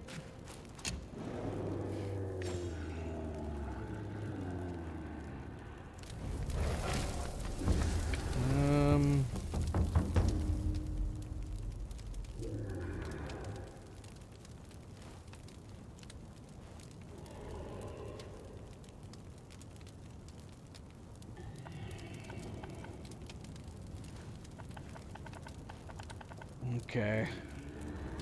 Let's see here. Let's look at the boss list. How many bosses have we done? At what point are we in the chapter? We've fought a lot of them. Wow, yeah, we have fought a lot of them. We've already passed the halfway mark.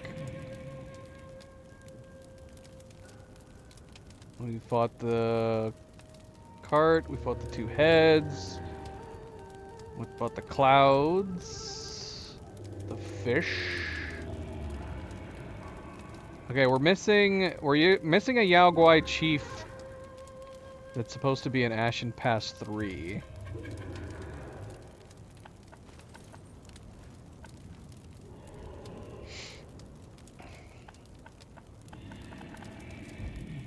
So we missed a boss. We should probably backtread.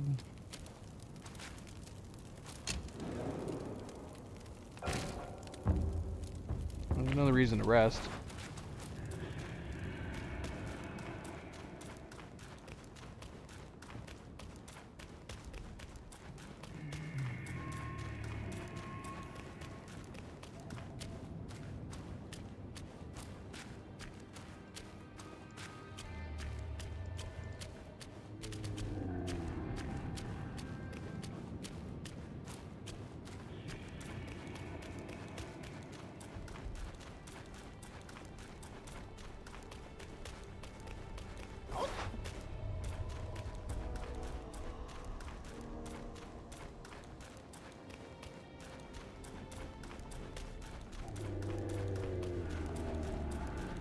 We have to kill centipede guys.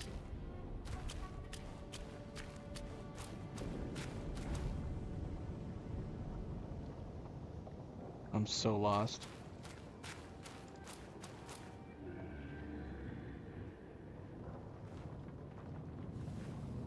Really?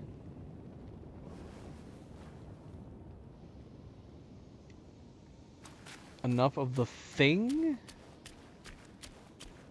What thing? I mean, we fought one boss. So do you mean 3 bosses? We've already fought one boss since arriving here. Pancakes, did you blink and miss it? Did you leave and come back?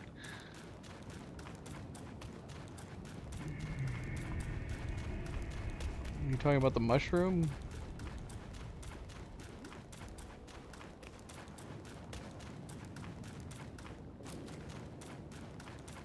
Well, then that means there's 3 bosses, because we've already fought one.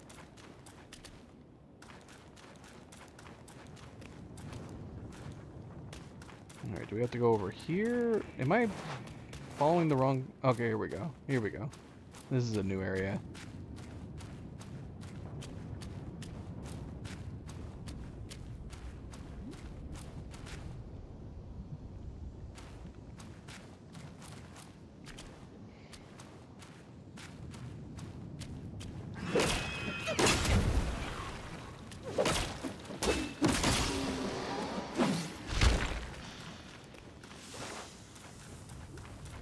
Ah, doggone it. Stop surprising me.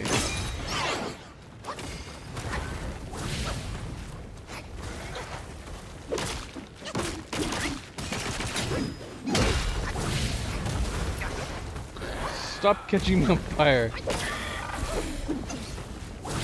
Bloody hell. Not again.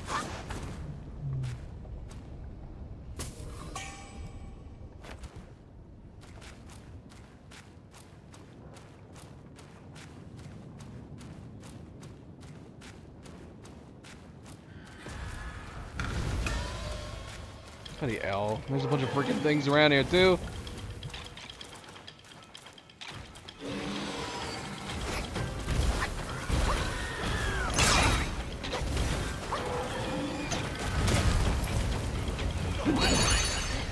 Oh, you gotta be kidding me. That little guy disrupted our bloody spirit.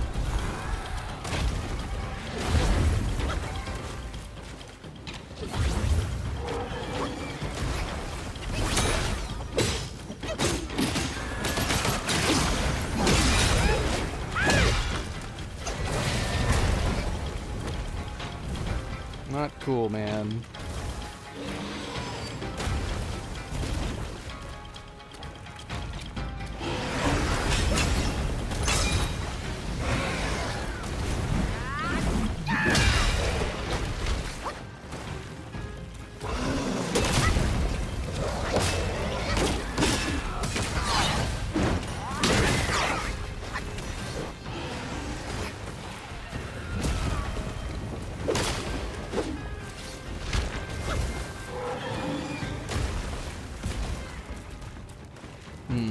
Okay. It's confusing.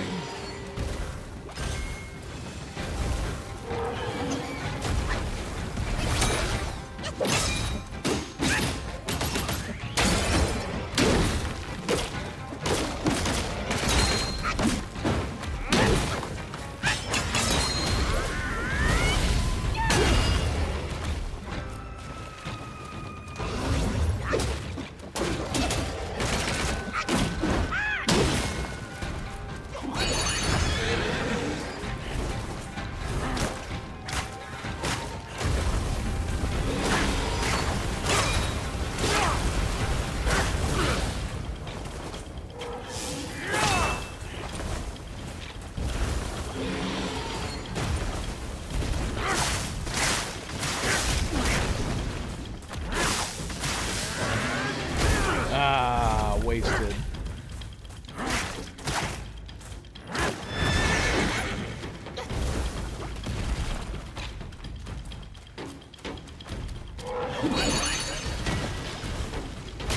Ah, yeah, it's too slow.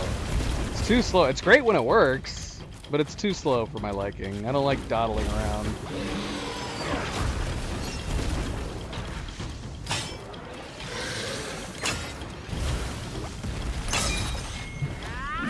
I like the bonus that it gives you.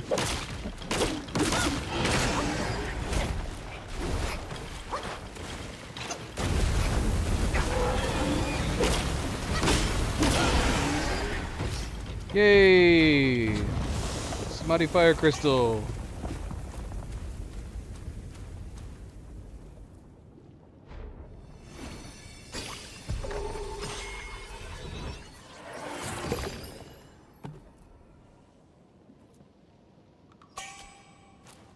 And another spirit. Good lord, how many spirits are in this game? There's so many. Take the form of Flint Vanguard, pummel the foe with stone fists. Each strike stacking Scorchbane. If the foe is ignited, they will also suffer burn damage over time. And then it also moderately increases scorch damage and burn resistance. That might be worth using, considering the area that we are in. By how much is by moderately? How much is it? 6. 6 points. I mean, that's gonna give us a lot of burn resistance. Flint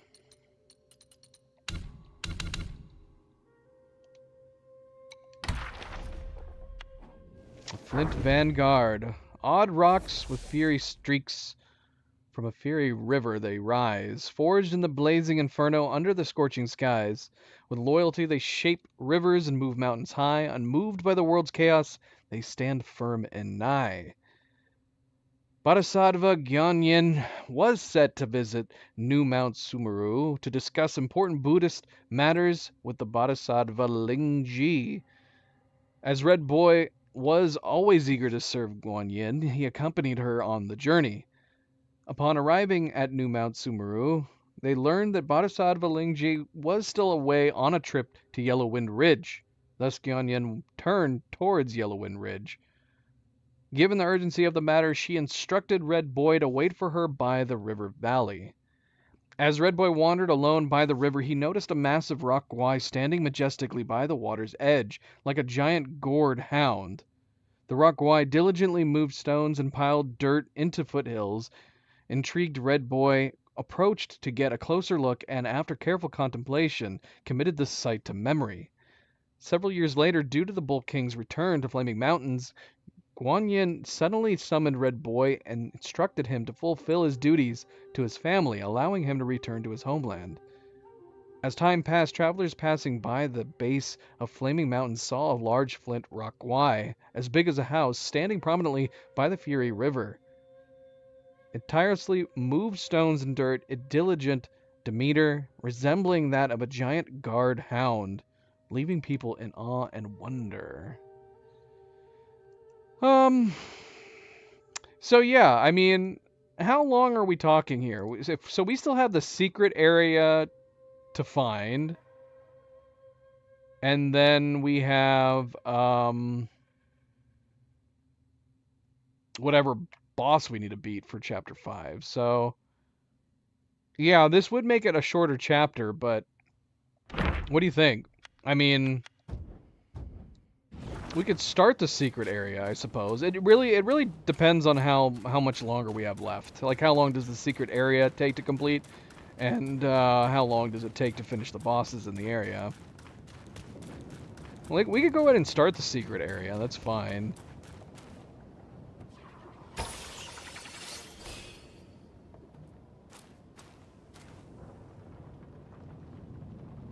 There's a chest down there. Ah.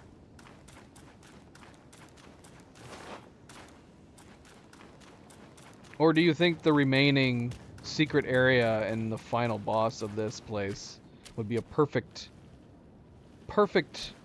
amount of stream content for tomorrow? Ow.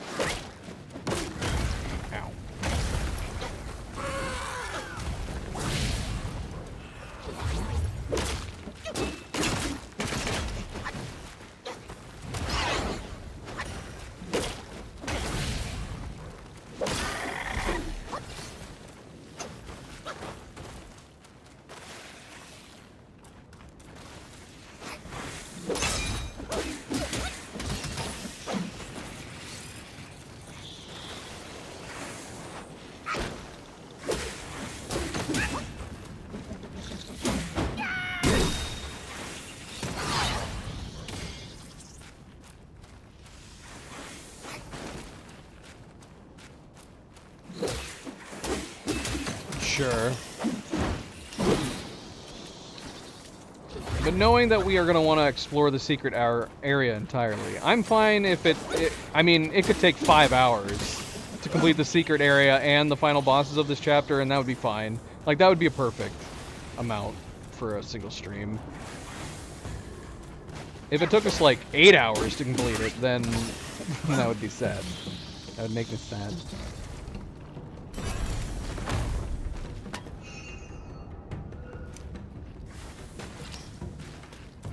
Or I mean, Lara, we can start the secret area too.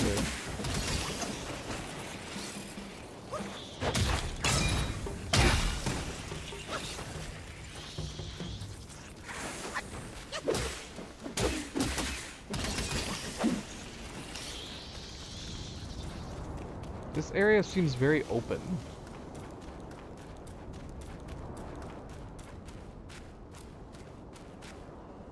Wait. Is this the other boss? It says deliver. What do I have? It is another boss. Oh my gosh.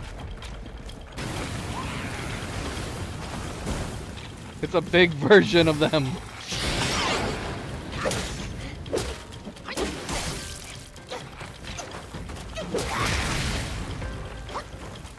She's the mother of flamlings. Of course she's got long hair. If you're a mother, you need big long hair, no matter what you are.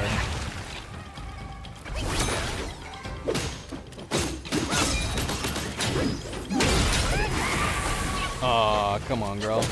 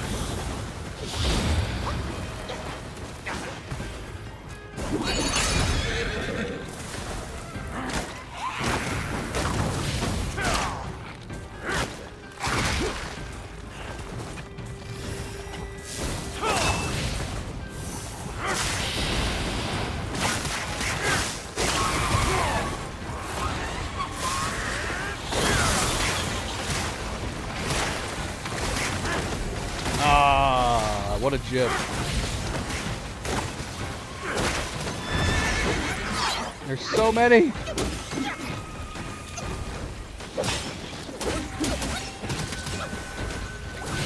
We're on fire. I'm moving so slow.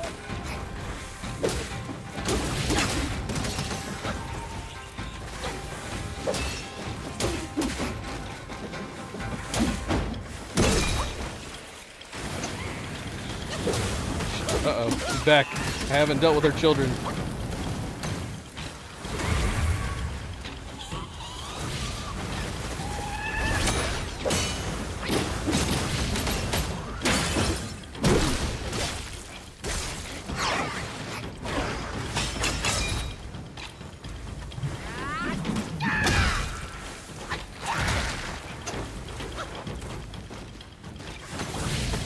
Never mind your children.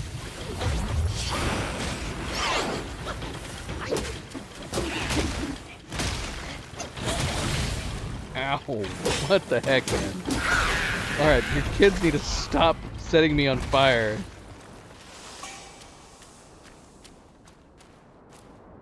Bloody hell.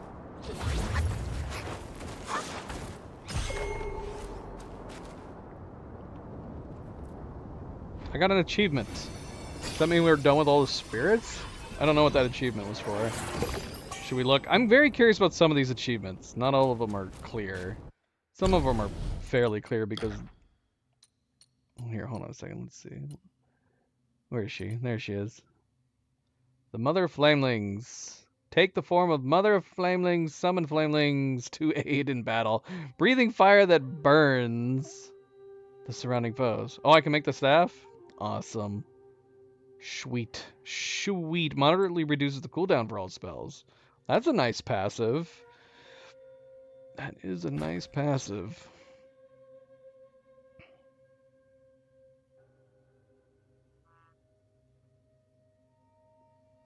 What did you just send me? A funny video. You don't want to put it in the chat? I could.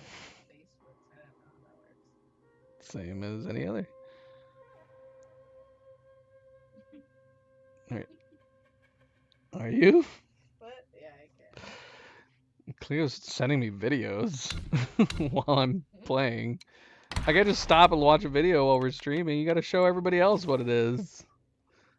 Alright, let's see.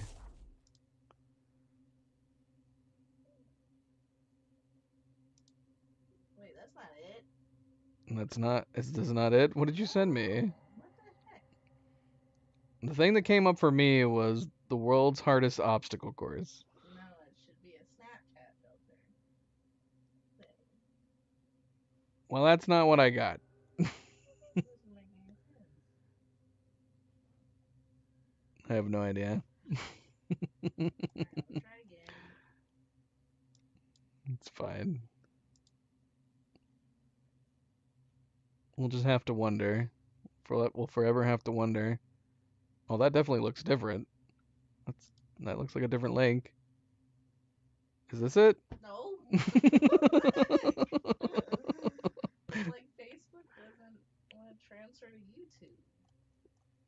No, I bet you're not getting the right link. All I'm doing is copying the link. I'm hitting share. You're hitting share, Yeah. and it's not it's not sending the right link. Maybe Facebook just sucks. Anyways, this is what it is. Let me see. Yeah, I'm starting over. Why are they doing this to people?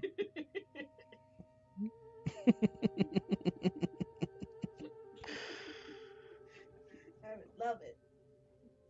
Because how many times I just like, hey baby. Were you doing the share above or below it? Below. All right, that's why you were doing it. You were getting random share links from posts below the post you were trying to share. No, because I clicked it. This is and where it's you do it. It's still- right here. No, that's for the person. You sure? Yes, because I click it on your phone. Oh my gosh, she's crazy. I tried and this is what happened. It's just blank. It gave me an error. Here, I'll do it on this. I'll make sure so we won't post it in here.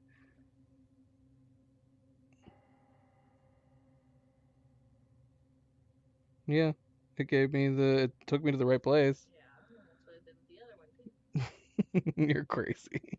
I'm telling you. You're crazy. I'm telling you. Okay, I believe you.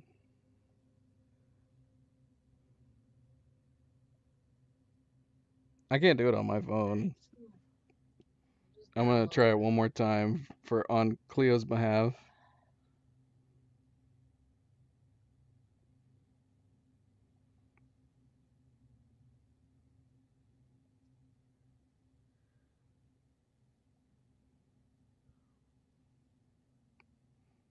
Yeah, that is weird. Is this literally the same link? Yeah, it doesn't work. Sorry. I'm gonna go and remove all these links because none of them are actually going to the place they're supposed to go.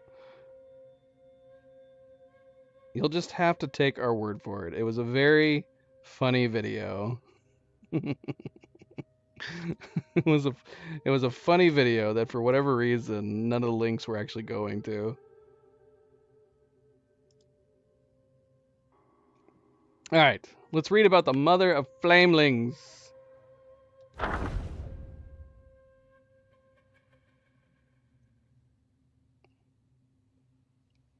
There once, let's read the poem verse. Springs birth rivers, trees root in the ground. Gold's elusive source is seldom found. Wealth like clouds can vanish in a day, yet honor stands like mountains, will always stay. There once was a medicine gatherer named Cheng Ming, who gained fame for selling flame ores. One day a burly man dressed as an immortalist visited Cheng Ming's herb shop. The immortalist produced a palm-sized piece of cinnabar in the color of gold. Intrigued, Cheng Ming inquired, "What is this?" The immortalist replied, "This is gold flame ore, a treasure from inside the mother of flamelings. I've heard of your fame as a medicine gatherer, and I can offer a partnership." Chegming, why are you laughing? Cleo's laughing again. Are you watching the same video? And it's still making you laugh? Sierra messaged me back. And she was talking about a And specific, Cleo's crazy. a specific Cleo's nuts. person. And now, see, none of you are going to be able to know what the video is because none of the video links work. It worked for her, so I don't know why. I don't know why either. Maybe it was my browser. Maybe my browser just doesn't want to show it.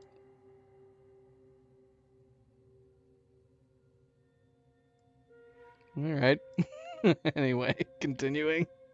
Chengming asked, what is the mother of flamelings? And the Immortalist answered, it is 10 times larger than a typical flameling, and could fetch a fortune in gold. The catch is the need for substantial amount of flame ores as bait. Initially, Chengming declined because it cost him his precious flame ores, but the Immortalist returned with a load of the ores and beseeched him. I have an urgent need for gold flame ore. Find the mother of the flamelings with these baits I've given you, and if you catch it, you shall receive the gold I promised. Chengming accepted such a lucrative offer in an instant, and the two set off on the following day. During their journey, their Immortalist realized Chengming lacked any power and used mere street tricks to deceive the Flame Guise. However, as a true man who did not fuss over minor quibbles, he accepted Chengming's methods, and together they located the Flameling's lair. There, the Immortalist lured out the enormous mother of Flamelings using copious amounts of flame ores. Confronted by the mother, they were bombarded with fireballs and overwhelmed. Chengming had no power to resist and was nearly burned to death. Yet faced with no escape in a desperate act to save Chengming from the woe he led him into, the Immortalist mounted his sword and flew directly at the mother. He slew her at the price of his own life. As the mother of Flamelings lay dead, all of the Flamelings fell lifeless. Chengming harvested the gold flame ore from the mother, and the flame ores from the Flamelings alongside the bait brought by the Immortalist. He returned with a fortune and wrote books like Mountain Chronicles and Observations of Fire, boasting of his solo conquest of the Mother of Flamelings. If you wonder why Chengming turned to writing instead of continuing his life gathering flame ores, a line in his book hints at that answer. With the mother's demise, her children scattered, and no Flamings will appear here for 500 years. Well, that must be very old, and is that the implication? That's a really, really old entry.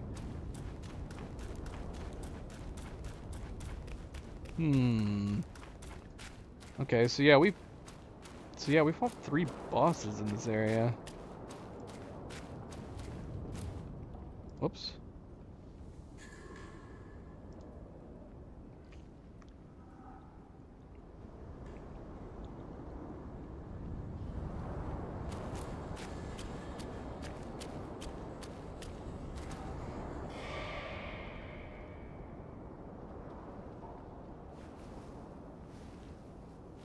Yeah, how many more bosses do we have? We do have several bosses. So yeah, I guess you're right. It's just going to depend on how long it takes me to beat each boss. Like, are we going to have to repeat multiple times? I guess we'll see. Let's keep exploring real quick though.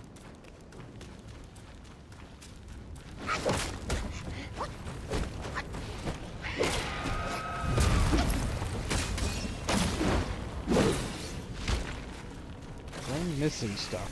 Oh, go away.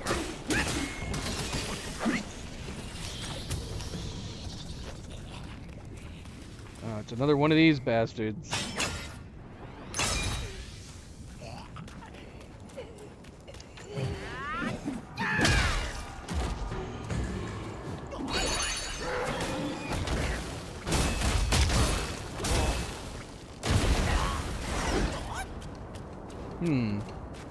At least it didn't get disrupted.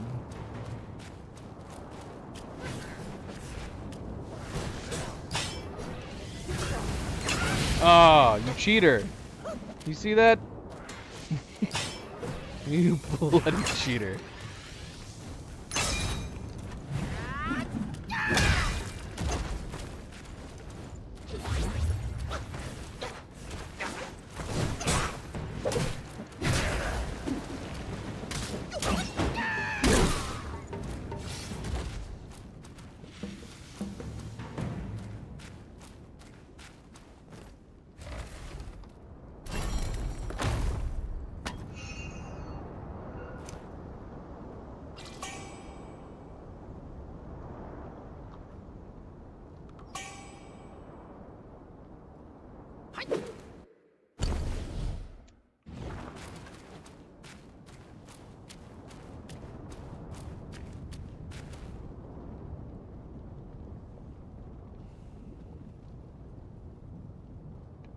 Okay.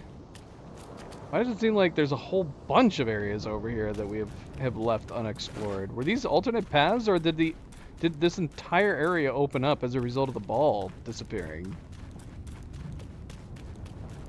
Like, where are we right now? Where was the ball's path? Are we back on it? Is this the ball's path? Why is this guy sliding on the ground?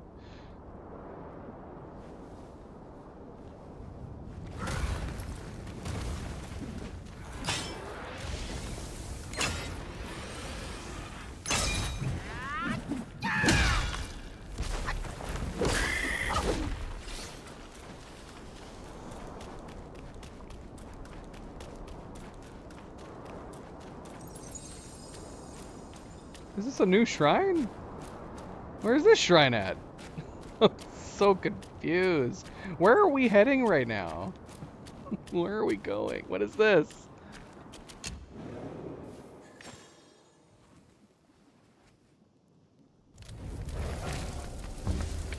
Cooling slope.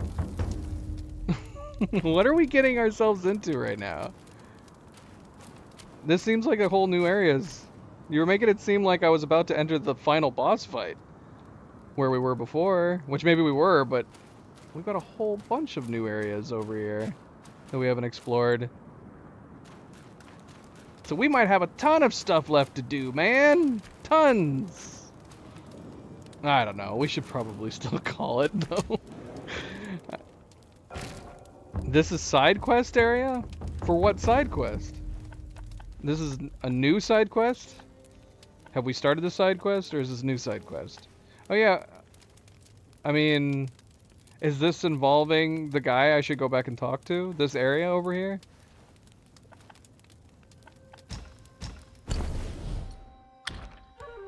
Yes! Let's build this. Okay, so this area that I'm currently at is involving the secret area. So this is the secret area, but I still need to go back and talk to the guy.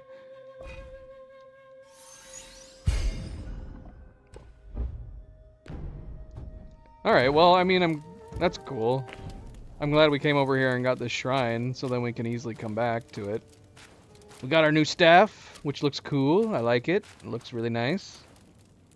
And we've got tons of burn resistance now, man. We got 46 burn resistance. That's nuts. That's nuts.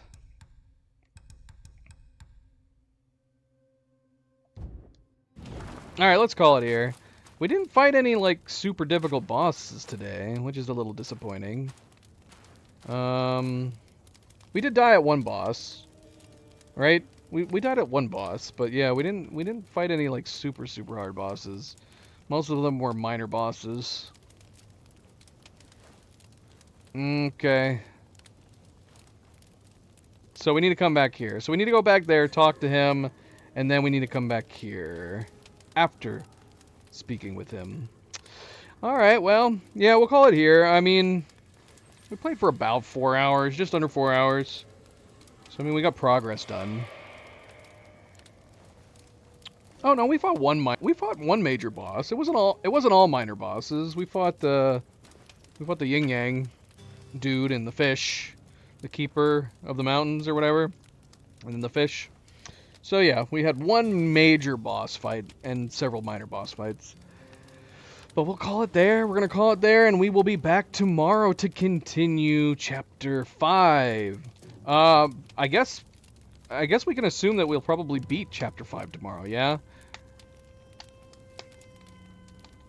Yeah, I mean, if you're guessing like 3 to 4 hours, most certainly we'll beat it tomorrow. Even if it took us like up to 5 hours because we're having trouble on certain bosses, we'll probably try to beat it tomorrow. We'll aim to have the goal of beating chapter 5 tomorrow.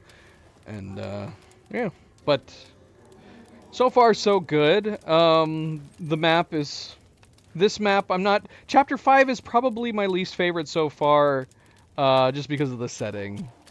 I'm not a big fan of, like, fiery doom and gloom settings. Like in God of War, that area where you have all the challenges that you have to do. Even though it was fun gameplay, I didn't like the setting because it was a fire mountain. just like this is a fire mountain. So sadly, this chapter is gonna get some points docked just because I don't like the setting as much, and I've really liked the settings and most of the other chapters.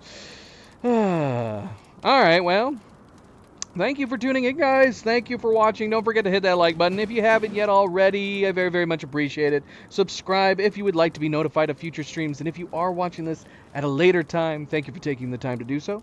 And until tomorrow, everybody sleep well, be well, stay chill, stay relaxed. And I hope to see you then. Good night and goodbye. Pancakes, take it easy. And thank you for the help.